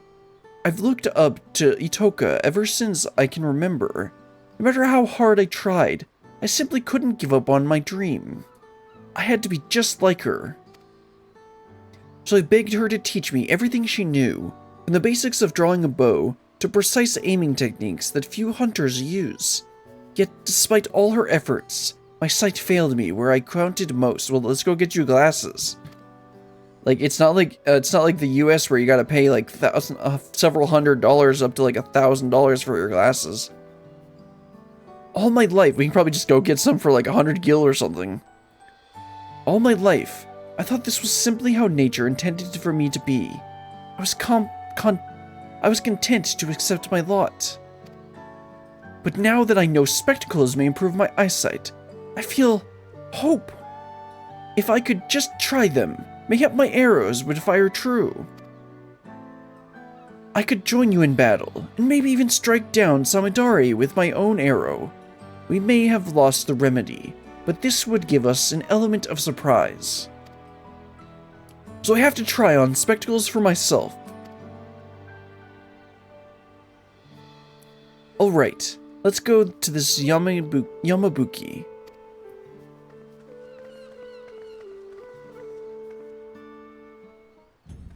Alright. Let's go find him. First talk to Kuiki. Yeah, Kuiki. I wonder what procuring a pair of spectacles entails. It says, this one or this one? A or B? A or B? And that's how it usually goes. A or B? Oh, they're about the same. I said A or B. That's not an answer. A pair of spectacles, is it? I can certainly get the order in the pipeline, but I'm afraid there'll be a wait. I'm fresh out of supplies, you see, and the next shipment isn't due for a number of weeks. What do you need? I probably got it in my retainers. Of course, if you're in a rush, you could roll up your sleeves and get me the materials yourselves. All you need is the glossy shell of an azure hawksbill and a cluster of Arulent quartz. Bring them here, and my affiliates can begin work immediately. Who knows what schemes Samidari might contrive should we let down our chase for weeks? Would you be willing to lend me a hand with procuring the materials? If we split up, we should be able to gather them in the blink of an eye. But you can't see them. Quite the eager pair, I see. In that case, I dare say you'll be able to negotiate with the blue Kojin for a carapace of splendid quality. Ah, I visited... I never know how to say this. Tamamizu. Okay, yeah, it's Tamamizu, of course, because Mizu's water. Okay. Ball water? Okay. Tama's ball, Mizu's water. Okay. During my investigation in the Ruby Sea, I'll handle the shell. That leaves you with the Arlent quartz. Pray look for a caravan near Shoal Rock in the Ruby Sea. Sprinkle some glitter. Whoops, sorry about that. Sprinkle some glittering gravel to lure a shoal Iwamushi from its lair within, and retrieve a cluster from its shell. Oh, okay, I was thinking, my brain, whenever I think of procuring the materials, I think of gathering stuff, not collecting drops. Because usually I just either buy them off the market board, or I just have my retainer gather them. Like hides and, I guess, shells and that kind of thing. Let's meet back here when we're finished.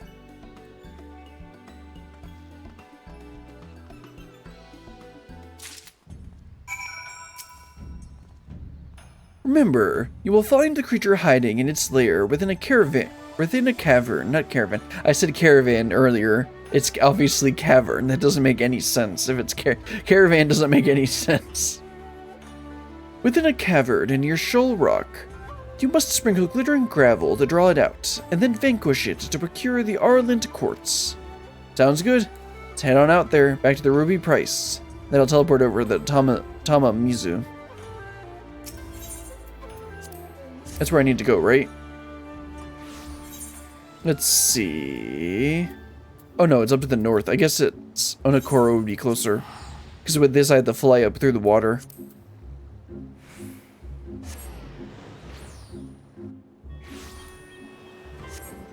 Okay. Let's fly on over to this island.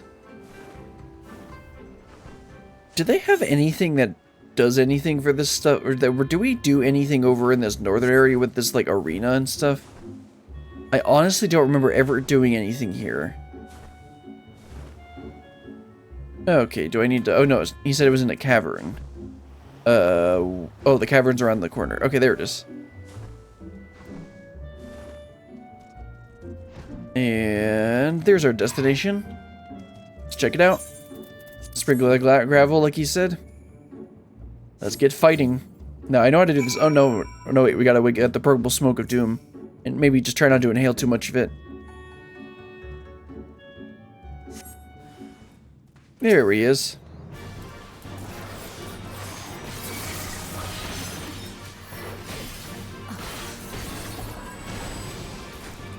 Oh, oops. I'm supposed to use this with the, supposed to use that instead. And I'm doing this completely wrong. Whatever, it doesn't matter.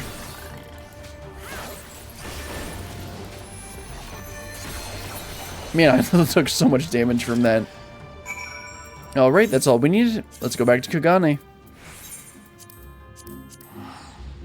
Looks like we're gonna get some food for this from this quest. Although I'm pretty sure that jelly isn't actually that useful. Maybe I'll keep it. The thing is, I never really play a DPS. Normally, I pretty much always play warrior. Because it's easier. And I like it more. Anyway. Hello, Yamabuki. You got the shell we needed. It was a shell, right? No, the quartz. She's getting the shell. Ah, you're the first to return. I trust you have the quartz in hand. Yes, I do.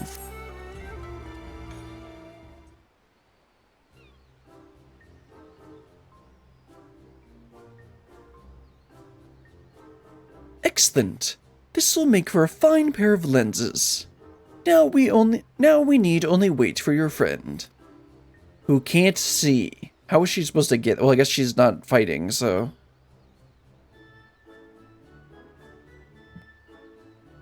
I'm back.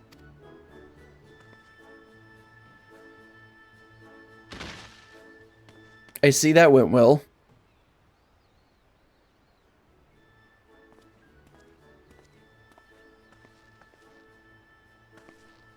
Sorry, didn't mean to alarm you like that. I spoke with the Kojin of the Blue as planned, but soon learned that the hawksbill shells have been sparse of late. They were reluctant to part with a single one. I was able to wear them down, though, until they proposed an exchange. If I dealt with the red Kojin who'd invaded their fishing grounds, they'd spare a shell. I knew my bow would be useless, so I took a leaf out of Brilliant's book and fought him up close and personal. As you can see, I took quite a beating, but so did they. Man, like, what, did you whack them with your bow? I may be a little worse for wear, but the trouble was worth it. I have the shell as promised, and with it, your associates can get started. Indeed they can. Let us first measure your eyesight, and then they can get to work. Yes, A or B. A or B. They both look the same.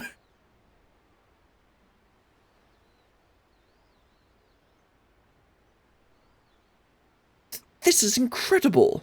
Everything is so vivid. I know people who have good eyesight will never understand the feeling of putting on glasses for the first time. And like being like, what the heck? It's supposed to look like this? Why, I'm sure I could hit a bird over the horizon. Come, Brilliant. I want to fire some test shots at the sign over there. Oh, hold on. That seems like a fine way to earn the ire of the Sekizaguns, I was gonna say. I'll prepare some targets for you, so let's move somewhere less crowded. Of course. Thank you for going to the trouble. Gotta help her test her product. Gotta help her test the product.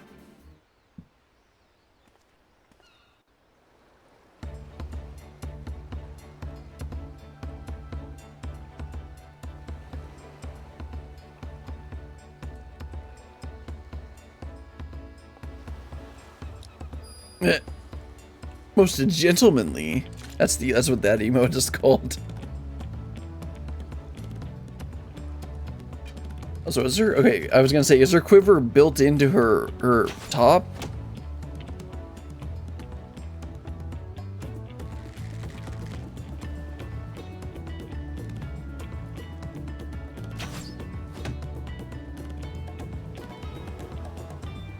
Pretty good.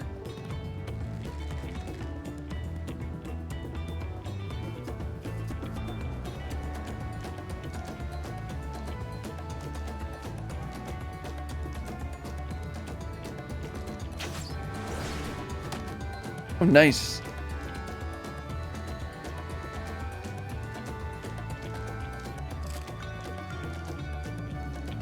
I did it! I really did it!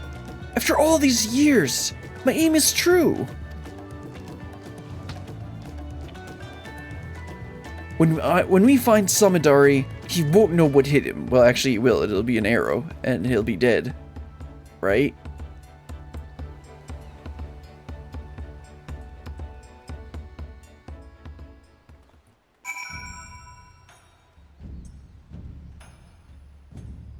Alright, Kyuki, let's go ahead and wrap this one up.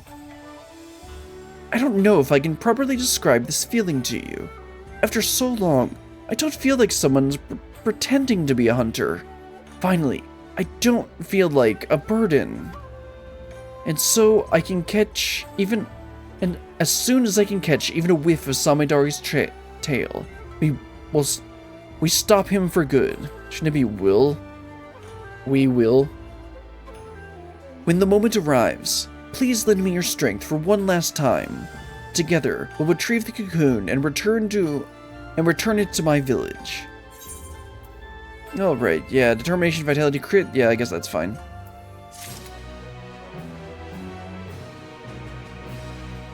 Prefer direct hit, but determination's okay, I guess. Let's go ahead and start the last one. A hunter true. Why doesn't... Oh, wait. This was the same one that they had each time. It would have been cool for them to add the glasses in for this one. Kyuki is eager to discuss new developments with you. What kind of developments, madam? Your timing could not have been more impeccable, Brillian. A person claiming to be an acquaintance of yours stopped by just moments ago, wishing to have a word about Samidari, no less. They're patiently waiting in my room, so give me just a moment. I'll bring them here. Who's it gonna be? Is it actually gonna be them? Then again, they already did that trick, so it'd be kind of boring if they did it again. Ah, okay. You look well, Brillian. Forgive me for eschewing pleasantries, but there is an urgent matter I wish to discuss. You know, the only place we haven't gone so far is the, Azim Steppe, so I guess that's where the last quest is going to take place.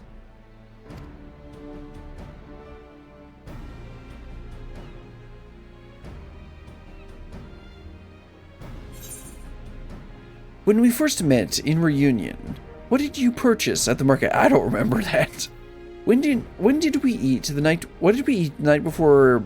Bardam's Medal. Yeah, that sounds a bit better.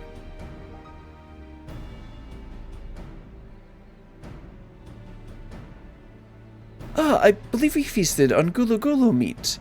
You and Hien competed to see who could bring back the Greater Hall. Yeah, I don't remember that at all.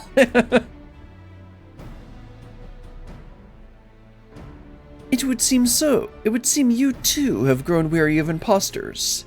And we can proceed straight to the heart of the matter. You appeared in the Mole Elo a few days ago, claiming Hien had been driven to madness, that he was assembling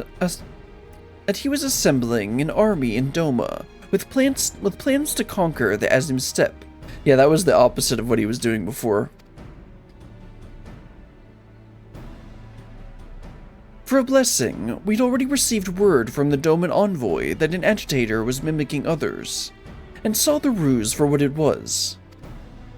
Unfortunately, when we attempted to capture him, the impostor transformed into a sheep and disappeared among the bands grazing in the plains. That's annoying. When I informed our friends in Doma of the incident, I was told you have been using Kugane as a base to track down the perpetrator, and I thought it best to apprise you of this happening. Samidari, he won't relent. His schemes won't end until we make them end. You may discover a clue as to his whereabouts in Reunion. If anyone in the steppe has seen him, that's where they will be. Now, I must alert the other tribes to this threat. May the winds speed you away. Shouldn't you have done that on the way out?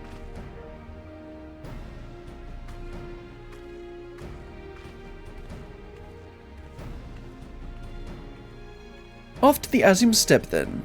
With any luck, someone in Reunion will have insight to offer. Azim Steppe is probably one of the most beautiful zones in the game.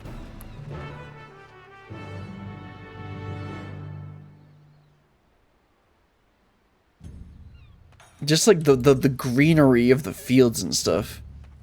Anyway, let's go ahead and teleport out to the Ruby Price and then teleport to the Azim Steppe.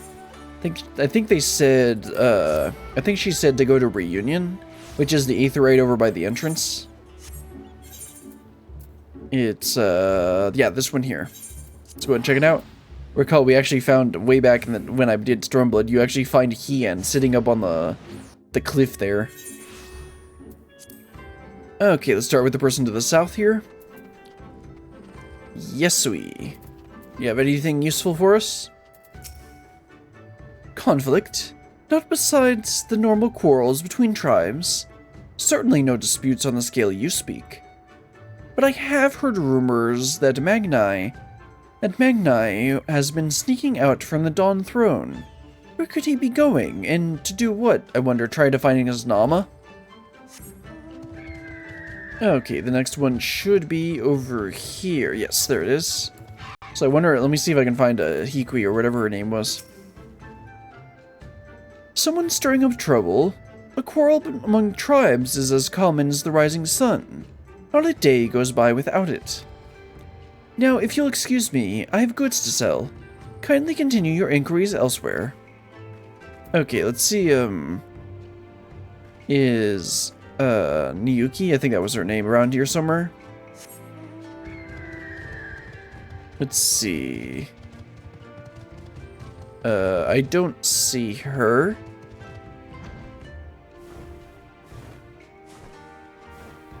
Okay, I'll just go and talk to the last person. Oh no, there she is. Kuyiki, that's right. Once more, I'm reminded of Zak'Trol. I cannot help but to feel at home among those who also live alongside nature. I mean, like, these green fields and, like, the mountains and stuff look great. Anyway, here's the last person we need to talk to. Suvd. Conflict is forbidden in Reunion. This is known. As for my tribe, all is at peace. I heard a rumor of interest, however. It seems Magni of the Orinir has been behaving strangely of late. Perhaps that is related to the matter you were investigating, maybe. That sounds like a good lead. Let's report back to Kuiki. It's not Yuki, it's Iki. Were you able to learn anything of interest? Well, someone is looking for his Nama. Or maybe not. I've also heard rumors pertaining to this Magni. One person even stated they saw him headed towards a place called Bardam's Meadow not long ago. Perhaps, mayhap his is the form of Samidari has chosen to take on.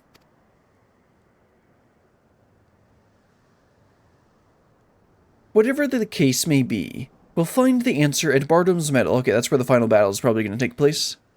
We can't allow Samidari's depravities to go on any longer.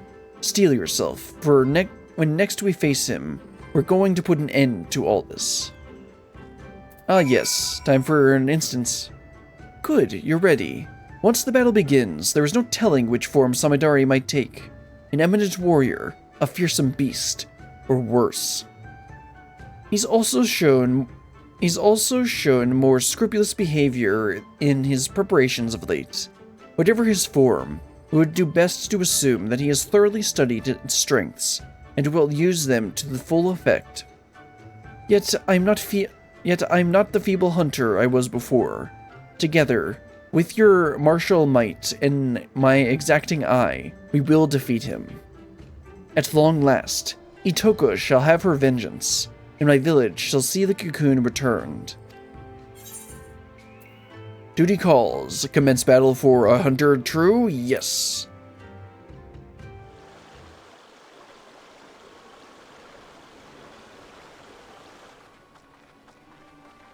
Oh, no.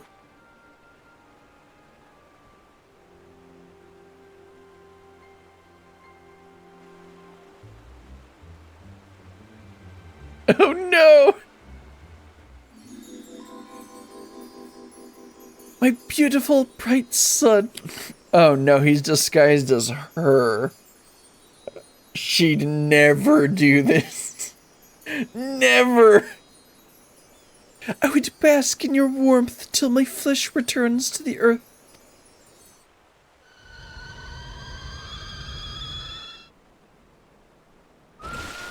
Yeah, I mean, that's the appropriate reaction.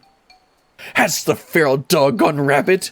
You speak these honeyed words to lure me into your cot, only to slit my throat as I sleep. Hush, fool! I am your Nama. Though we've had our disagreements in the past, I've come to understand my actions were born of love. No! Besides, it's Sadu X Sirena anyway. That's canon. Yet, only now that I am forced to wed do I realize this. Despite my shame, I wish to confess my feelings before it's too late. Right. Wed? A Darathi beast like you? To whom? To what? Hian of Doma. Oh no. This guy, he's so... This would never happen. Did he actually do any research?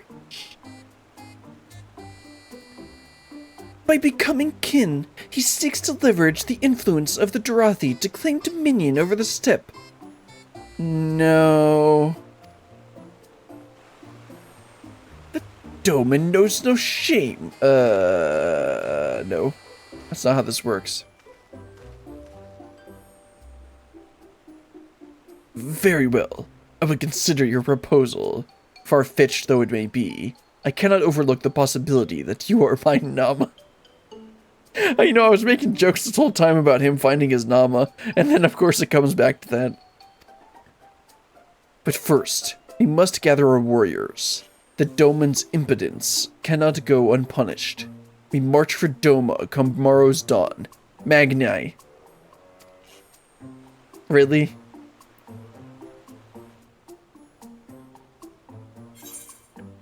That's not Sadu. That's not your moon.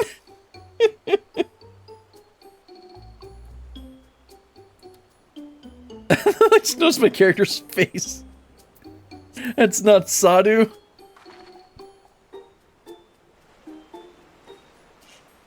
You, what are you doing here? Is it not obvious? They're spies of Doma, come to quash any thoughts of resistance. You must kill them quickly. Actually, I don't think he's gonna do that. But she is the Kagan.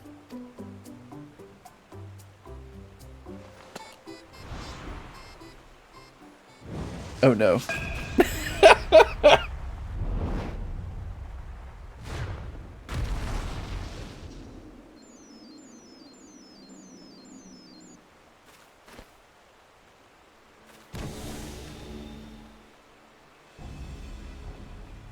You two are quite the persistent pair. I'd hoped to strike at your backs from the shadow, but now you forced my hand. I will select from my repertoire the greatest warriors I've witnessed. and use their strength to give you the death you so crave. Well, I don't know about that, considering you don't know how to, you're not going to transform into me. Unbound, Silver Tongue Samidare. That's interesting. He actually has a title card. Did the other one have that? I don't think so. Beginning with her. What, Sadu? I mean, yeah, she's pretty strong, but... Oh, right, okay. That's gonna make things a little complicated. How dare you!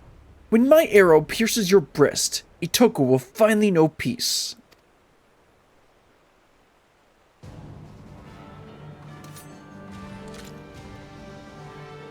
Okay, I'll try and actually do decent combat this time, because last time I, like, just sat there doing no damage. Alright, let's actually do this correctly.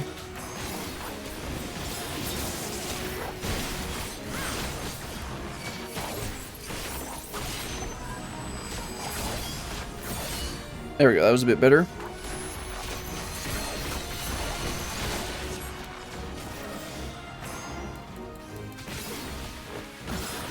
Oh, I forgot to use my dot. I forgot that I even had that.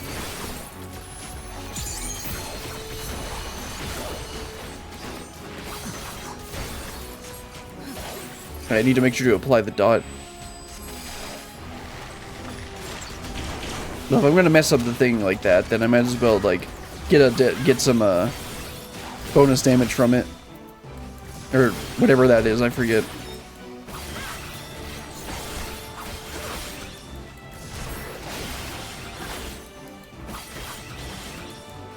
Thunder Swarm.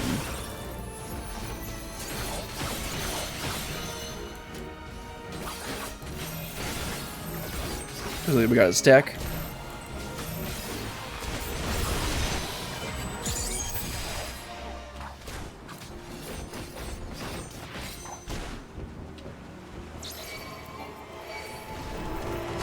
And of course we gotta go like this. That's annoying. Oh man, my brain is not working right now.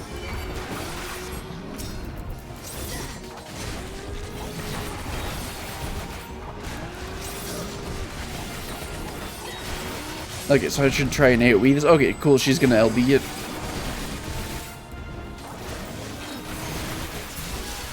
Nice, that's much better.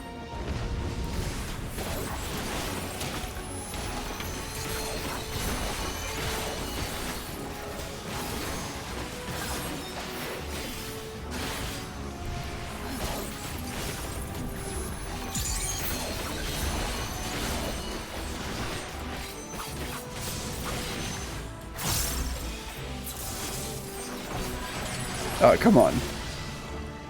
Yeah, I'm focusing, like, way too much on just trying to do, I just realized this is the Monster Hunter Arena? Yeah, this is the Monster Hunter Arena. I think? No, it's not. Oh, okay. Destroy the shackle, okay. There we go. Let's reapply my dot while I'm here.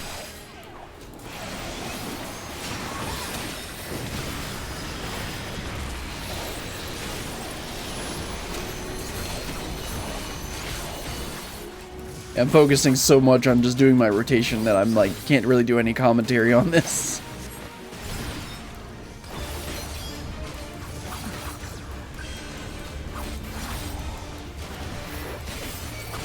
That's a big old doggo.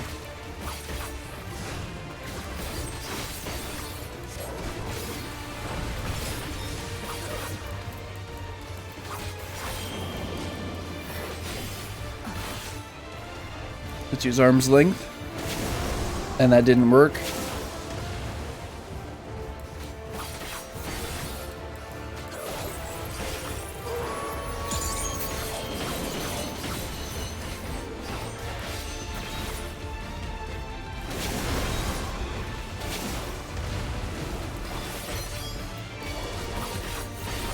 Need to reapply a dot.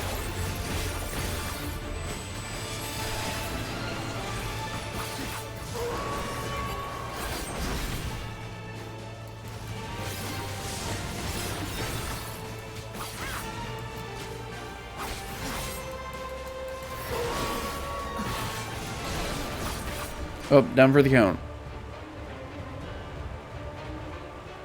I just knows Magni is sitting right there. Such painful energy. Well, okay, well, I guess I gotta kill everything. You know, like usual.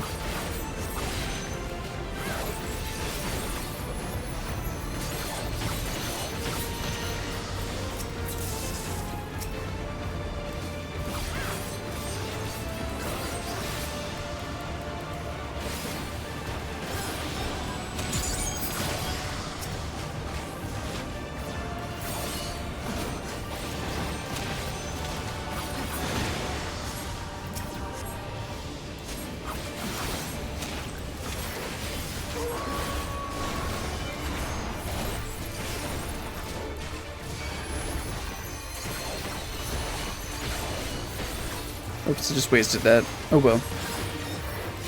Also, I need to reapply a dot again.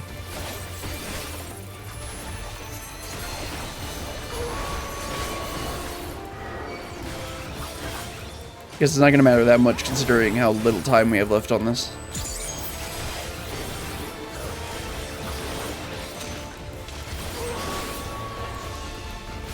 Here we go.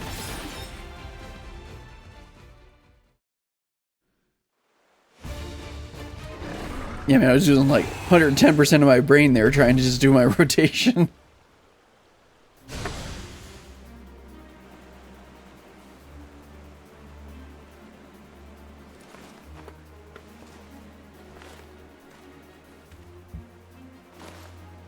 No! And the hawk, and she's gonna make it this time. The glasses.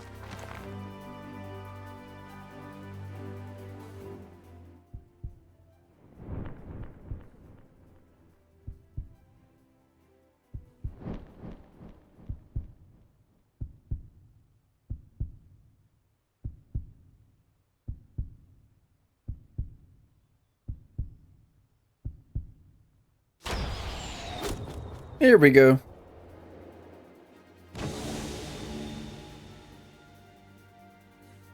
That's gonna be a pretty big fall.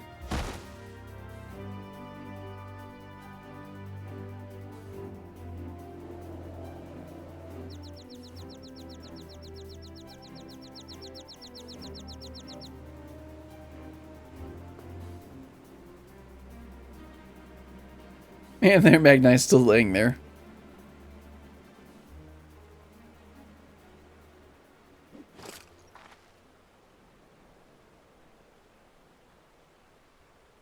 Itoka, it's finally done.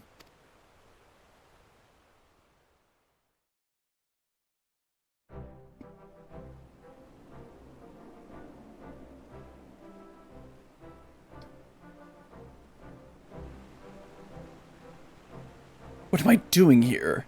I feel as though I've just woken up from the strangest dream. Yes, it was just a dream. Well, you see... This cowardly cur assaulted you from behind and knocked you unconscious. Right.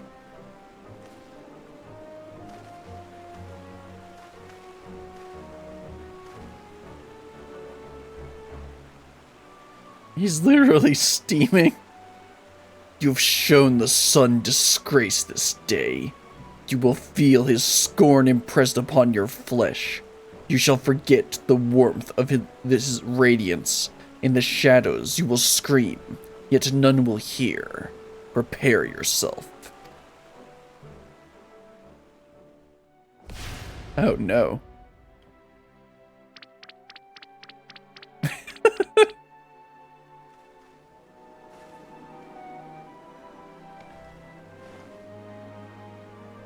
Death would have been too good of a fate for him.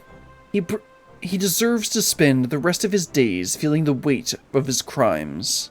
Now we've honored Itoka's memory and reclaimed the cocoon. No words can express my gratitude, Brillian. I can finally go home, but my community awaits our foremost hunter's triumphant return. What expression will come over their faces when the village disgrace arrives instead? I don't know if I can bear to see. Well, then take off your glasses.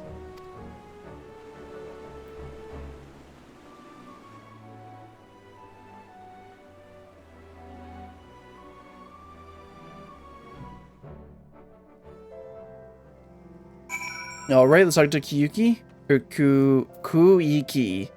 And then she'll probably just send us back to the bar, and then we'll wrap this up. Our journey to reclaim the Dreamweave cocoon has come to an end at long last. Would that I could return home in high spirits. As I recall, you said Shashepya is the one who requested your help, yes? Let us make the journey back to Tuliolal and report to her all that has happened.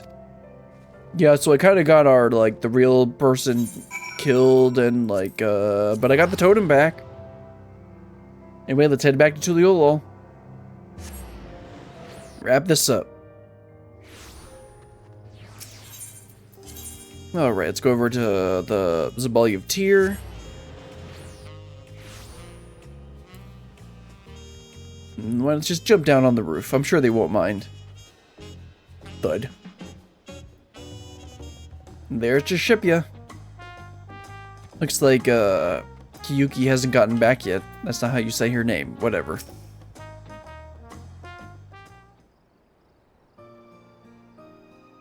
You're back! Were you able to retrieve the Dreamweave cocoon?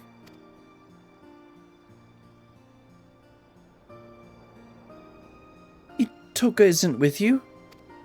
Nah, she dead, man. That was a bit insensitive.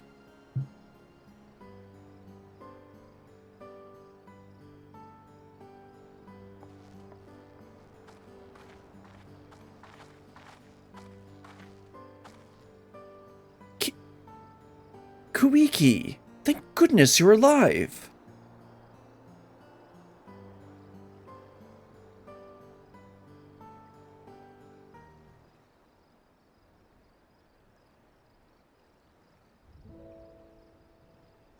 Your soul rests in the cocoon's embrace. I can't believe Itoka is gone. Yes, our village's greatest hunter is lost to us, while its greatest failure survives. Here, take the cocoon back where it belongs. Home. I have no right to return. Don't be ridiculous! You are a child of the forest. You are our dear sister. You can always come home. The entire village has been worried sick about you.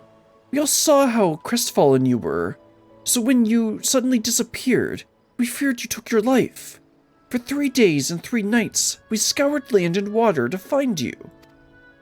Yet look at you now, Kiyuki. Kuiki, I keep reading it wrong. Not only are you hale and whole, but you have reclaimed the cocoon too. I'm sure that Itoka's spirit, hunting in the forests above, is smiling down at you with pride. And she would much rather you take up her mantle and protect the village than wallow in guilt over her death. Well, that's probably true. Nothing escapes your gaze now, after all. Isn't that right? Yeah, 'cause she's a 4 eyes. What a nerd. Thank you, Shashepya. It's settled. You will return home with me, and finally our village can breathe a sigh of relief. That's great, now can I get paid? And it would be remiss of me not to thank you properly, Brillian, for assisting Kuiki in reclaiming the Dreamweave cocoon. You have my heartfelt gratitude. I was little more than a liar and a hypocrite when we first met. But during our time together, I discovered I'm so much more than that. That with the right tools, even I could become a hunter worthy of following in Itoka's footsteps. I'm truly grateful to you for helping me see that. Farewell now, Brillian. I hope that one day our paths may cross again.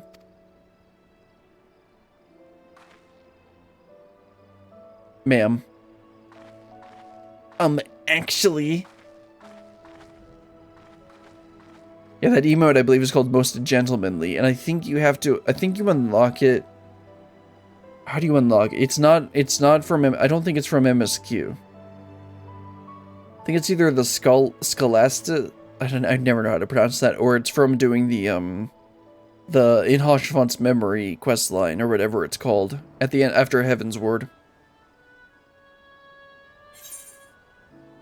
Alright, looks like we get some materia. Yeah, the melee, the actual damaging materia. Better than the stupid nasty materia we get from the tank quests. Dreams woven anew. Alright, that's another DPS quest done. Go ahead and sit down here where we started. Wrap this thing up. Glad that we actually got through the full thing today. Because on the tank ones, on the tank one, I ended up, because we ended up doing the intro quest as well, it ended up taking like a good bit longer, and I ended up getting too tired by the time we got halfway through it. But with this one, because I took that break, I was able to get through and actually like finish it up. So that ended up working out fine. So I think on the next ones, I'm going to try and like get them going through and do them all in one go like I did with this one. And so that just leaves us with the healer, the magical range, and the physical range, which I'm going to be doing as Scholar. I think I said physical. Did I say physical range or magical range first? Well, magical range is going to be Summoner because I leveled up Scholar and Summoner at the same time, so it's 2 for 1 deal. And I don't want to play Black Mage. And I don't have Rage Mage leveled. And then the other one's Dancer, because I like Dancer way more than Bard. Anyway, that's going to be all for today. Hope you had a good time. Until next time, goodbye.